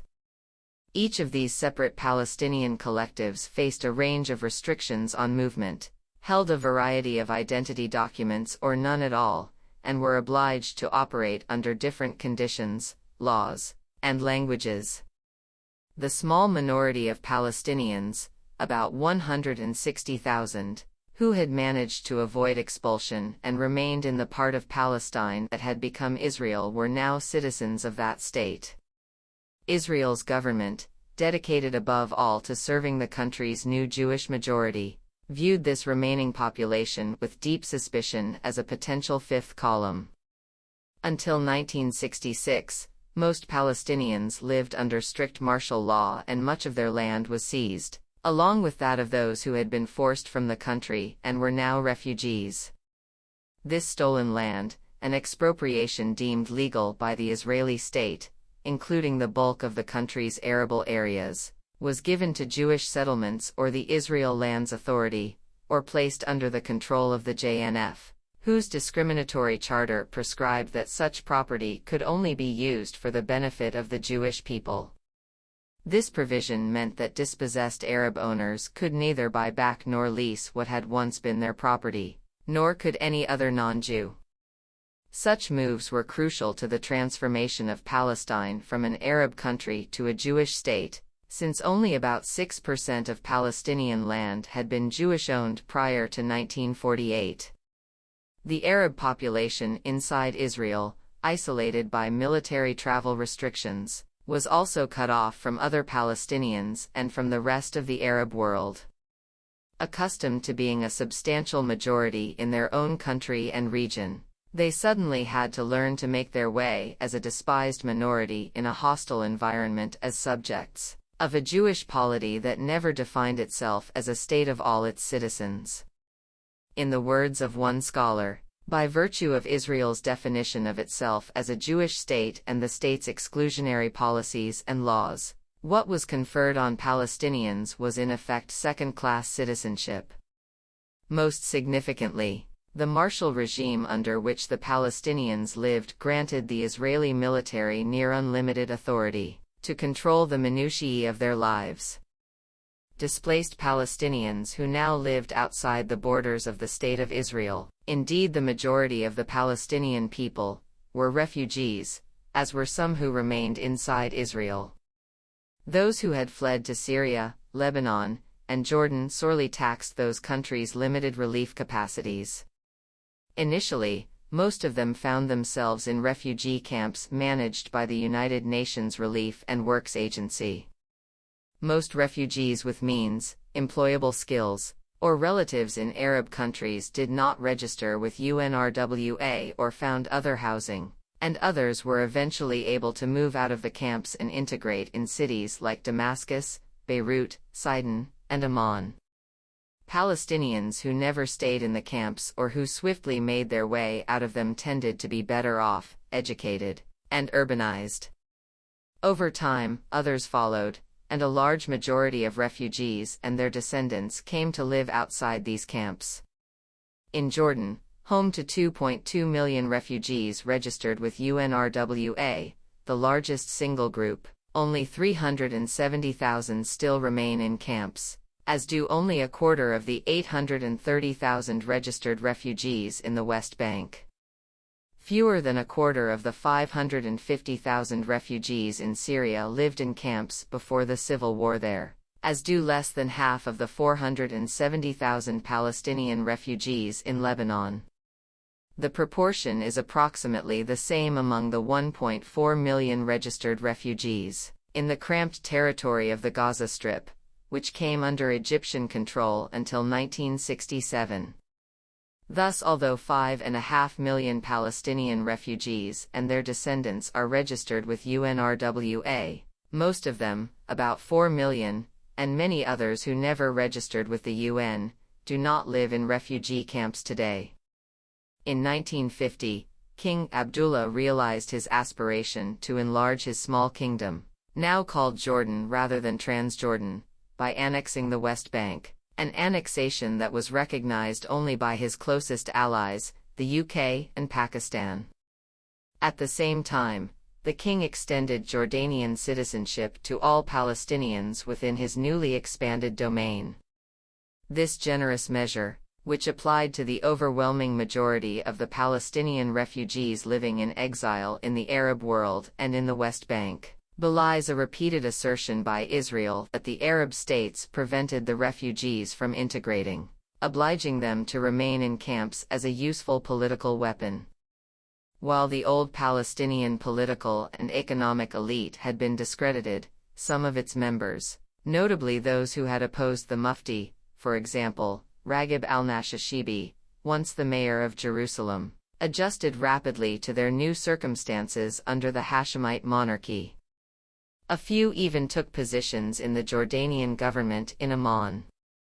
Other Palestinians remained unreconciled and bitter at having lost their chance at self-determination, and worse, being subjected to their old antagonist King Abdullah.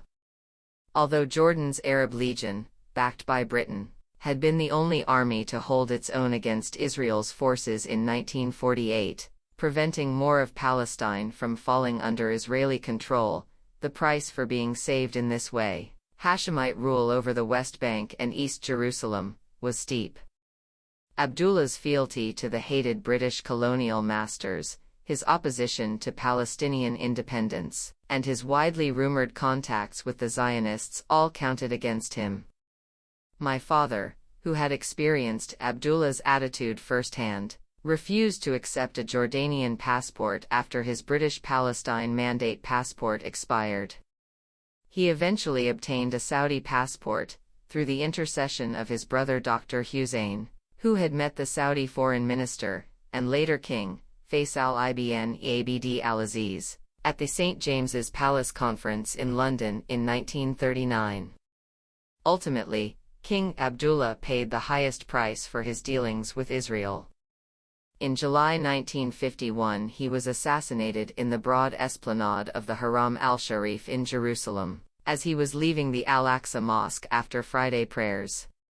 His assassin, caught soon after and rapidly tried and executed, was reputedly linked to the former Mufti of Jerusalem. The Mufti's offices had long been located in and around the rectangular Haram, a paramount locus of Palestinian identity.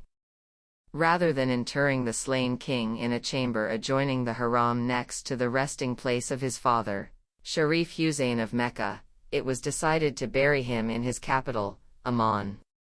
The killing further embittered relations between the Jordanian regime and Palestinian nationalists, who were seen by the rulers of the newly expanded kingdom as irresponsible, dangerous radicals, and elements of instability.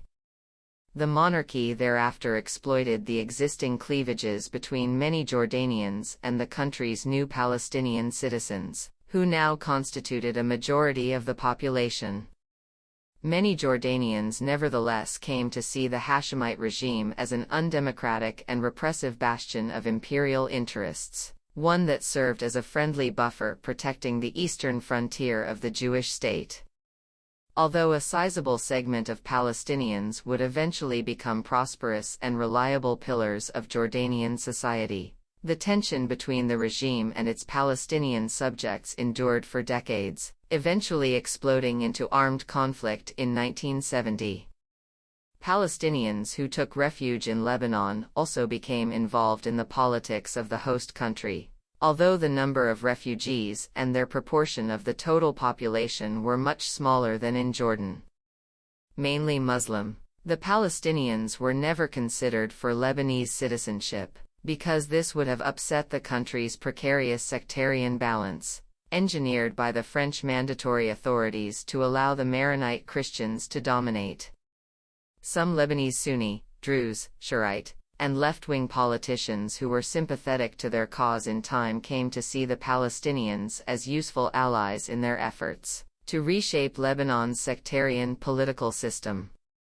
However, any commitment to the Palestine cause did not extend to integrating the Palestinians, who in any case still clung to the hope of returning to their homeland. Opposition to Tautan, or permanent resettlement in Lebanon, was thus an article of faith for both Lebanese and Palestinians. The residents of Palestinian refugee camps were kept under close surveillance by the Duqsiyim Bureau, the Lebanese Army's intelligence service, with tough restrictions on their employment and ownership of property. At the same time, UNRWA's provision of services in Lebanon and elsewhere, notably universal education and vocational training, enabled Palestinians to become among the most highly educated people in the Arab world. The proficiencies thus acquired facilitated their emigration, especially to the oil-rich Arab countries that badly needed skilled labor and professional expertise. Still, in spite of the safety valve provided by UNRWA's services, which channeled many young Palestinians away from the refugee camps, nationalism and irredentism were widespread among all classes and communities. As Palestinians began to emerge from the shock of the Nakba and organize politically, their activities led to further polarization among the Lebanese along sectarian and political lines, and eventually to clashes with the authorities in the late 1960s. A smaller number of Palestinian refugees ended up in Syria, some in camps and others in Damascus and other cities, fewer in Iraq, and fewer still in Egypt. In these larger and more homogeneous countries, the limited groups of Palestinian refugees did not have a destabilizing effect. Refugee camps were established in Syria, but Palestinians there also had certain advantages. They received many benefits of Syrian citizenship, such as the right to own land and access to state education and government employment, but were denied nationality, passports. As in Lebanon, they received refugee travel documents, and the right to vote. Palestinians in Syria thus achieved a high degree of social and economic integration while retaining their legal status as refugees. In time, as the Arab Gulf countries, Libya, and Algeria developed their oil industries, and were able to keep a higher proportion of their oil and gas revenues, many Palestinians became resident there and played a major role in building up these countries' economies, government service, and education systems. Like the characters in the short novel Men in the Sun, by the Palestinian writer Ghassan Kanafani, however, they did not always find this route easy, for it often involved alienation, isolation, and, as when Palestinians attempted to cross frontiers with their refugee papers, even tragedy. Living in the Arab Gulf countries did not bring with it citizenship or permanent residency. The ability of Palestinians to stay in these places was dependent on employment, even if they had been there most of their lives. Regardless of the degree of Palestinian integration, the populations of all the Arab states felt great and continuing concern about the question of Palestine, both out of broad sympathy for the people and because the humiliating defeat of 1948 had brought home their own weakness, vulnerability, and instability. Indeed, in his memoir Philosophy of the Revolution, Gamal Abdel Nasser, the leader of Egypt's 1952 uprising, muses on how the idea of overthrowing the old regime was in the forefront of the minds of officers fighting in the 1948 war in Palestine. We were fighting in Palestine, but our dreams were in Egypt. Beyond helping to provoke such upheavals, the military defeat in 1948 made its Arab neighbors deeply fearful of Israel, whose powerful army continued to launch devastating strikes as part of a strategy of disproportionate reprisals for refugee incursions, aimed at forcing Arab governments to crack down on Palestinian irredentism. These Israeli attacks regularly came up at meetings of the UN Security Council, meetings that my father attended in the 1950s and 1960s in his capacity as a member of the UN's Political and Security Council Affairs Division, where Israel's actions were often condemned. The reports that the Council received from the UN truce observers were starkly different, not only from Israeli government statements but also from the skewed coverage in the American media. This volatile dynamic along their borders resulted in the peculiar situation wherein Arab leaders often raised the question of Palestine because of popular pressure but refrained from actually doing anything about it, out of fear of Israel's might and the disapproval of the great powers. The Palestine issue thus became a political football exploited at will by opportunistic politicians, as each sought to outbid the other in proclaiming their devotion to it. Palestinians witnessing this cynical game eventually realized that if anything was to be done about their cause, they would have to do it themselves. In the aftermath of the 1948 war, the Palestinians were virtually invisible, hardly covered in the Western media and rarely allowed to represent themselves internationally. They and their sacred cause were invoked by Arab governments, but they themselves played almost no independent role. The Arab states presumed to speak for the Palestinians in inter-Arab forums, but given the division and disarray among them and the many distractions they faced, they did not do so with a unified voice. At the United Nations and elsewhere, the Palestine question was generally subsumed under the rubric of the Arab-Israeli conflict, and the Arab states took the lead, feebly representing Palestinian interests. Immediately after the Nakba, several former members of the AHC, under Ahmad Hilmi Pasha, including my uncle Hussein, attempted to establish a government in exile for the Arab state that was specified in the partition resolution. They set up a government of all Palestine in Gaza, but it failed to win the support of key Arab states, notably Jordan, which yet again did not want the Palestinians to have independent representation, and it garnered no international recognition. The effort came to nothing. The Mufti and a few of the notables lingered on, some in exile, some in retirement, and some serving the monarchy in Amman.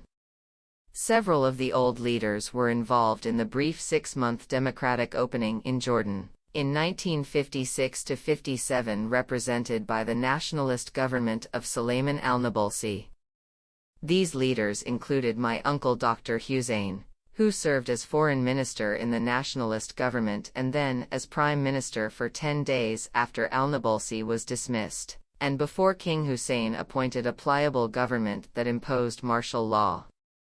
The 1956 elections that brought al-Nabulsi to power were, as one unfriendly British diplomat admitted, the first approximately free ones in the history of Jordan, and they may have been the last, but his government faced the unremitting hostility of Britain and of the Hashemite monarchy.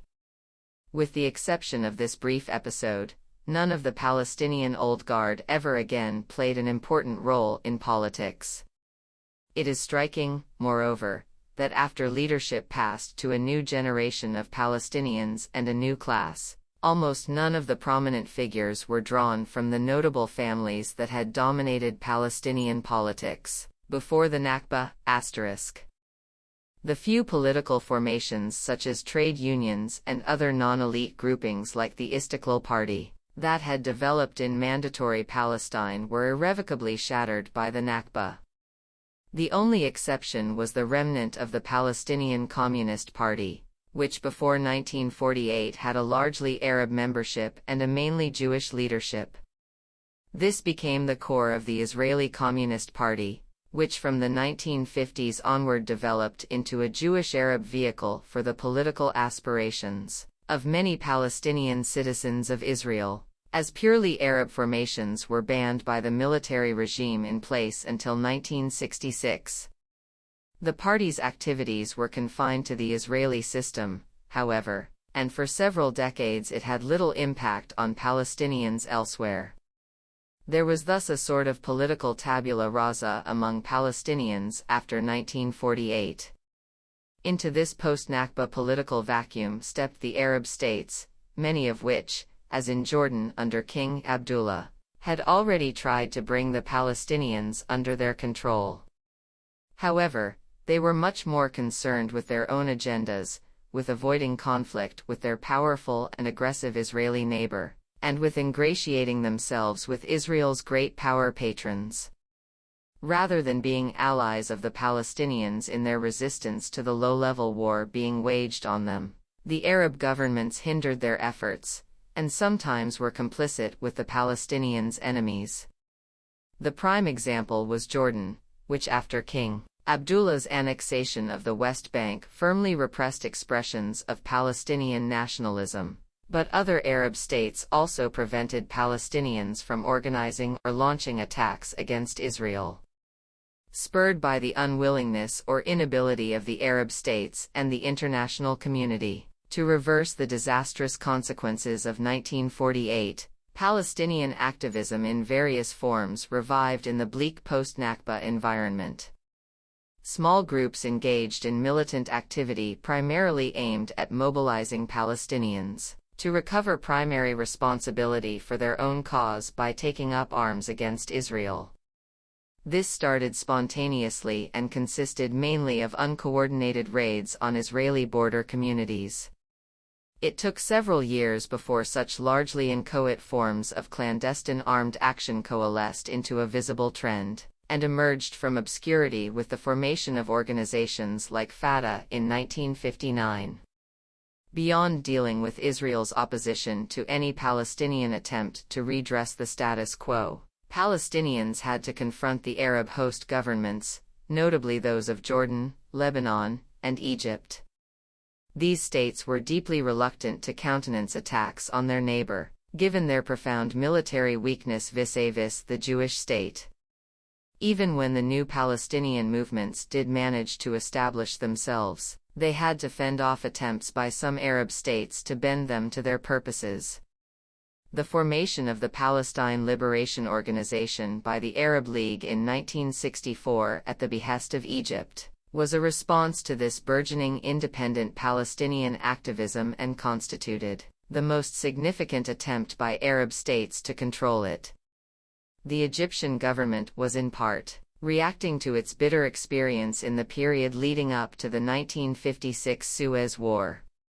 In the wake of the 1952 revolution, the military regime had eschewed an expensive rearmament program, even though the defeat in Palestine had in part been a function of the Egyptian army's inadequate and outmoded weaponry. Instead, the regime focused on domestic economic and social development, with the wide-scale electrification and irrigation promised by building the Aswan Dam, investment in industrialization, extending and expanding K-12 and higher education, and state-led economic planning. Egypt sought foreign economic aid for these efforts from all possible sources, while trying to remain non-aligned as the Cold War developed. At the beginning of his regime, Gamal Abdel Nasser sought in particular to avoid provoking Israel, Egypt's powerful neighbor. This effort was undermined by the aggressive policies of Israeli leaders, especially Prime Minister David Ben-Gurion, and by the growing Palestinian militancy within the Gaza Strip.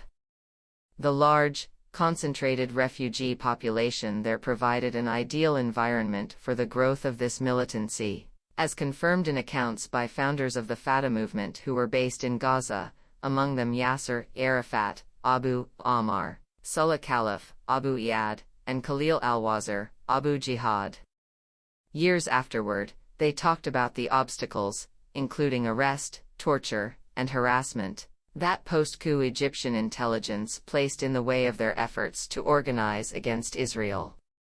Thus a Palestinian campaign of sporadic but often lethal attacks on Israel was launched despite heavy-handed repression by the Egyptian military and its intelligence services, which tightly controlled the Gaza Strip.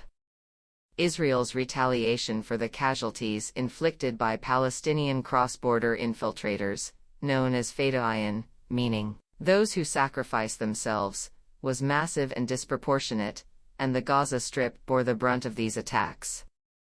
No neighboring country was immune to them, however. In October 1953, Israeli forces in the West Bank village of Kibbutz carried out a massacre following an attack by Fedayeen that killed 3 Israeli civilians, a woman and her 2 children, in the town of Yehud. Israeli Special Forces Unit 101, under the command of Ariel Sharon, blew up 45 homes with their inhabitants inside, killing 69 Palestinian civilians. The raid, which was condemned by the UN Security Council, was launched despite the unceasing efforts of Jordan, then in control of the West Bank, to prevent armed Palestinian activity, which included imprisoning and even killing would-be infiltrators. Jordanian troops were often deployed in ambushes against Palestinian militants, and were under orders to fire on anyone attempting to enter Israel.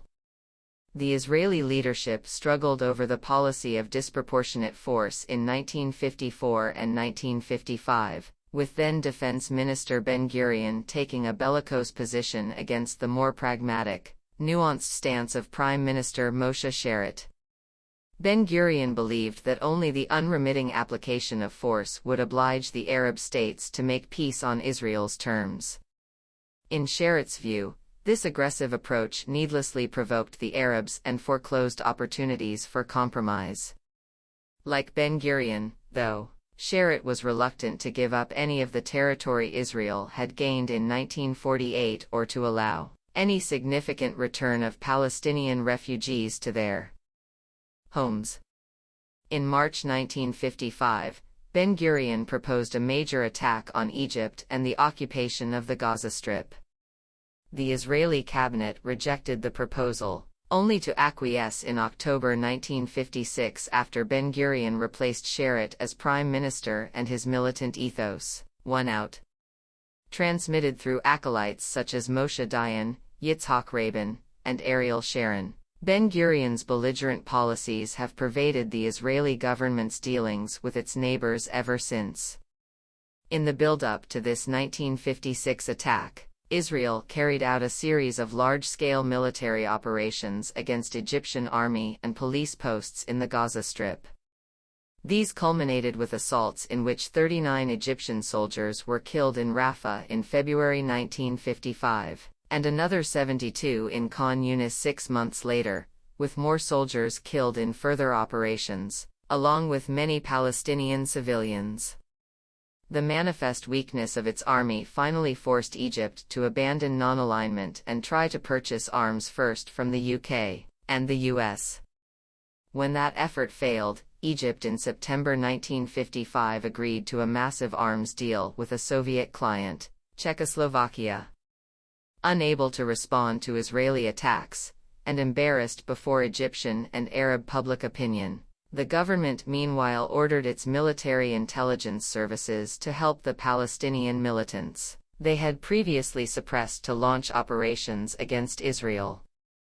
The response to this new development was not long in coming, and it was devastating. Thus a few bloody raids launched in the early 1950s by small Palestinian militant groups, actions taken against the wishes of most Arab governments, ultimately led to Israel launching the Suez War of October 1956. Israel did not do so alone, and its partners had their own reasons for attacking Egypt.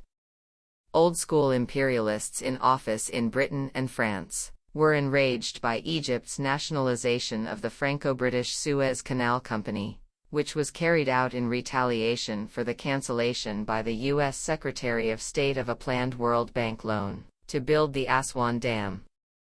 In addition, France sought to end Egypt's support for Algerian rebels, who had been offered military training and a diplomatic and broadcasting platform in Cairo. Meanwhile, the conservative government of Anthony Eden in London chafed at the demand by Egypt's new regime that Britain end its military presence there, which had lasted 72 years.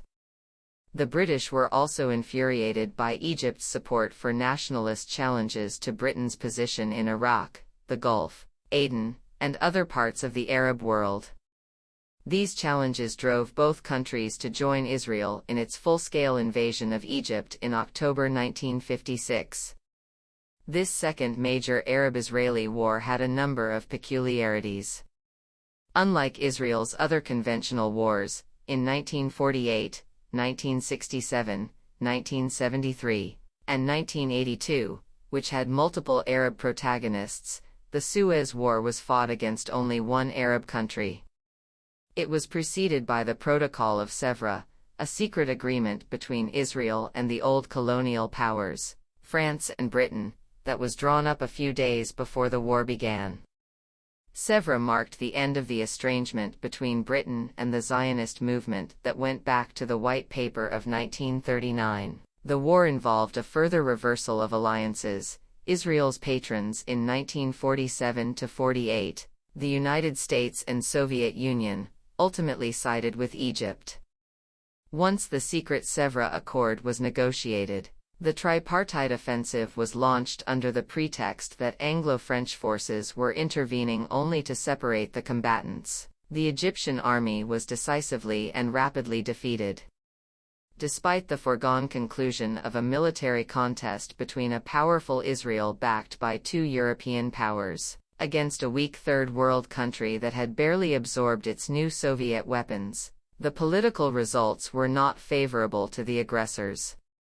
President Dwight Eisenhower was furious at Britain and France for not consulting with Washington and for launching what looked like, and was, a neo-colonial intervention at just the moment when Soviet tanks were crushing the Hungarian uprising of 1956. The Soviets were angered at this imperialist attack on their new Egyptian ally, but relieved at the distraction from their repression of the revolt in Budapest. Operating in tandem in the Middle East as they had in 1948, and notwithstanding their intense Cold War rivalry, the United States and the Soviet Union took a harsh stand against the tripartite alliance. The Soviets threatened to use nuclear weapons, the United States warned that it would cut off economic aid to its allies, and both swiftly pushed through a UN General Assembly resolution demanding immediate withdrawal. A resolution in the Security Council was impossible because of the certainty of an Anglo-French veto. This intense pressure from the superpowers forced Israel, France, and Britain to end the occupation of Egyptian territory and of the Gaza Strip. Israel did try to drag its feet, not withdrawing the last of its forces from the Sinai Peninsula and Gaza Strip until early 1957. The aggressors had been rolled back, the US and USSR had shown who was boss in the Middle East, and Nasser became a pan-Arab hero, but the Palestinian residents of the Gaza Strip, most of them refugees, had suffered greatly.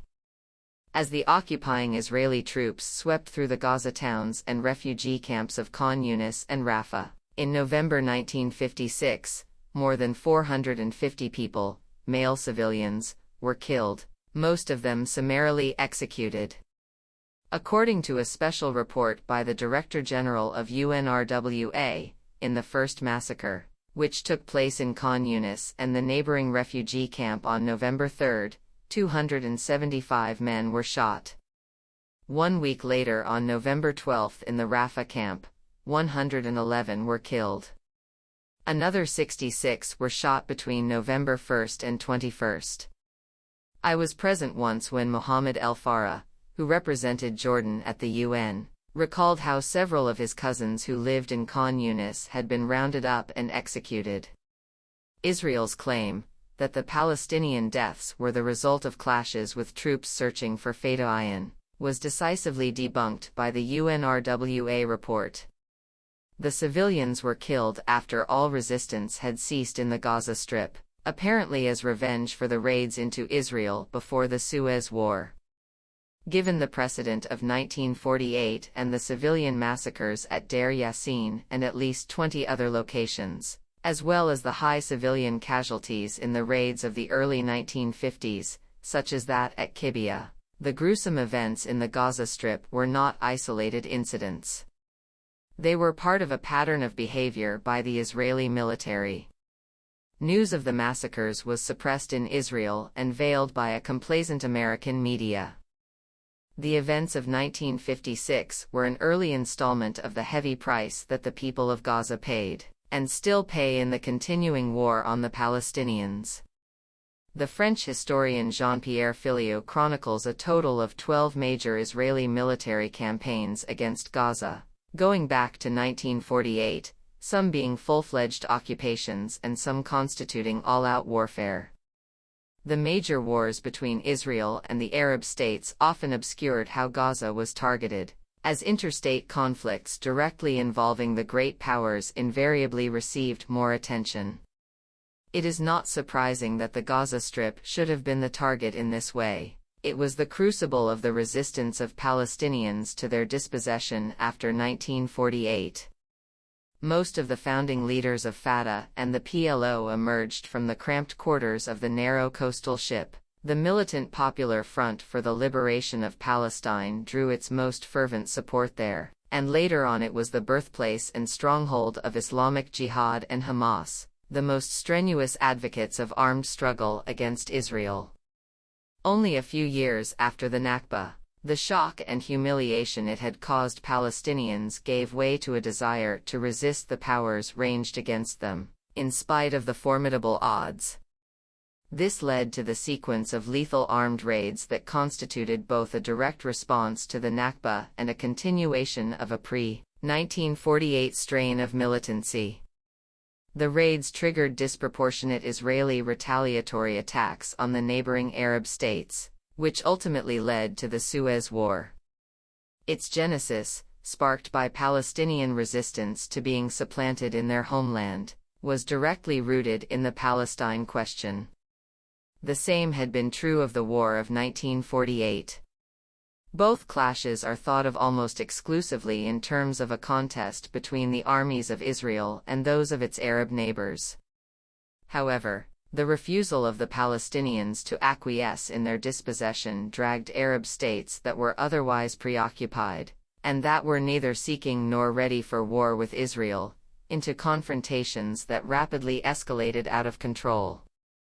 In October 1956, these escalating confrontations provided the opportunity for a devastating and long-planned Israeli first strike.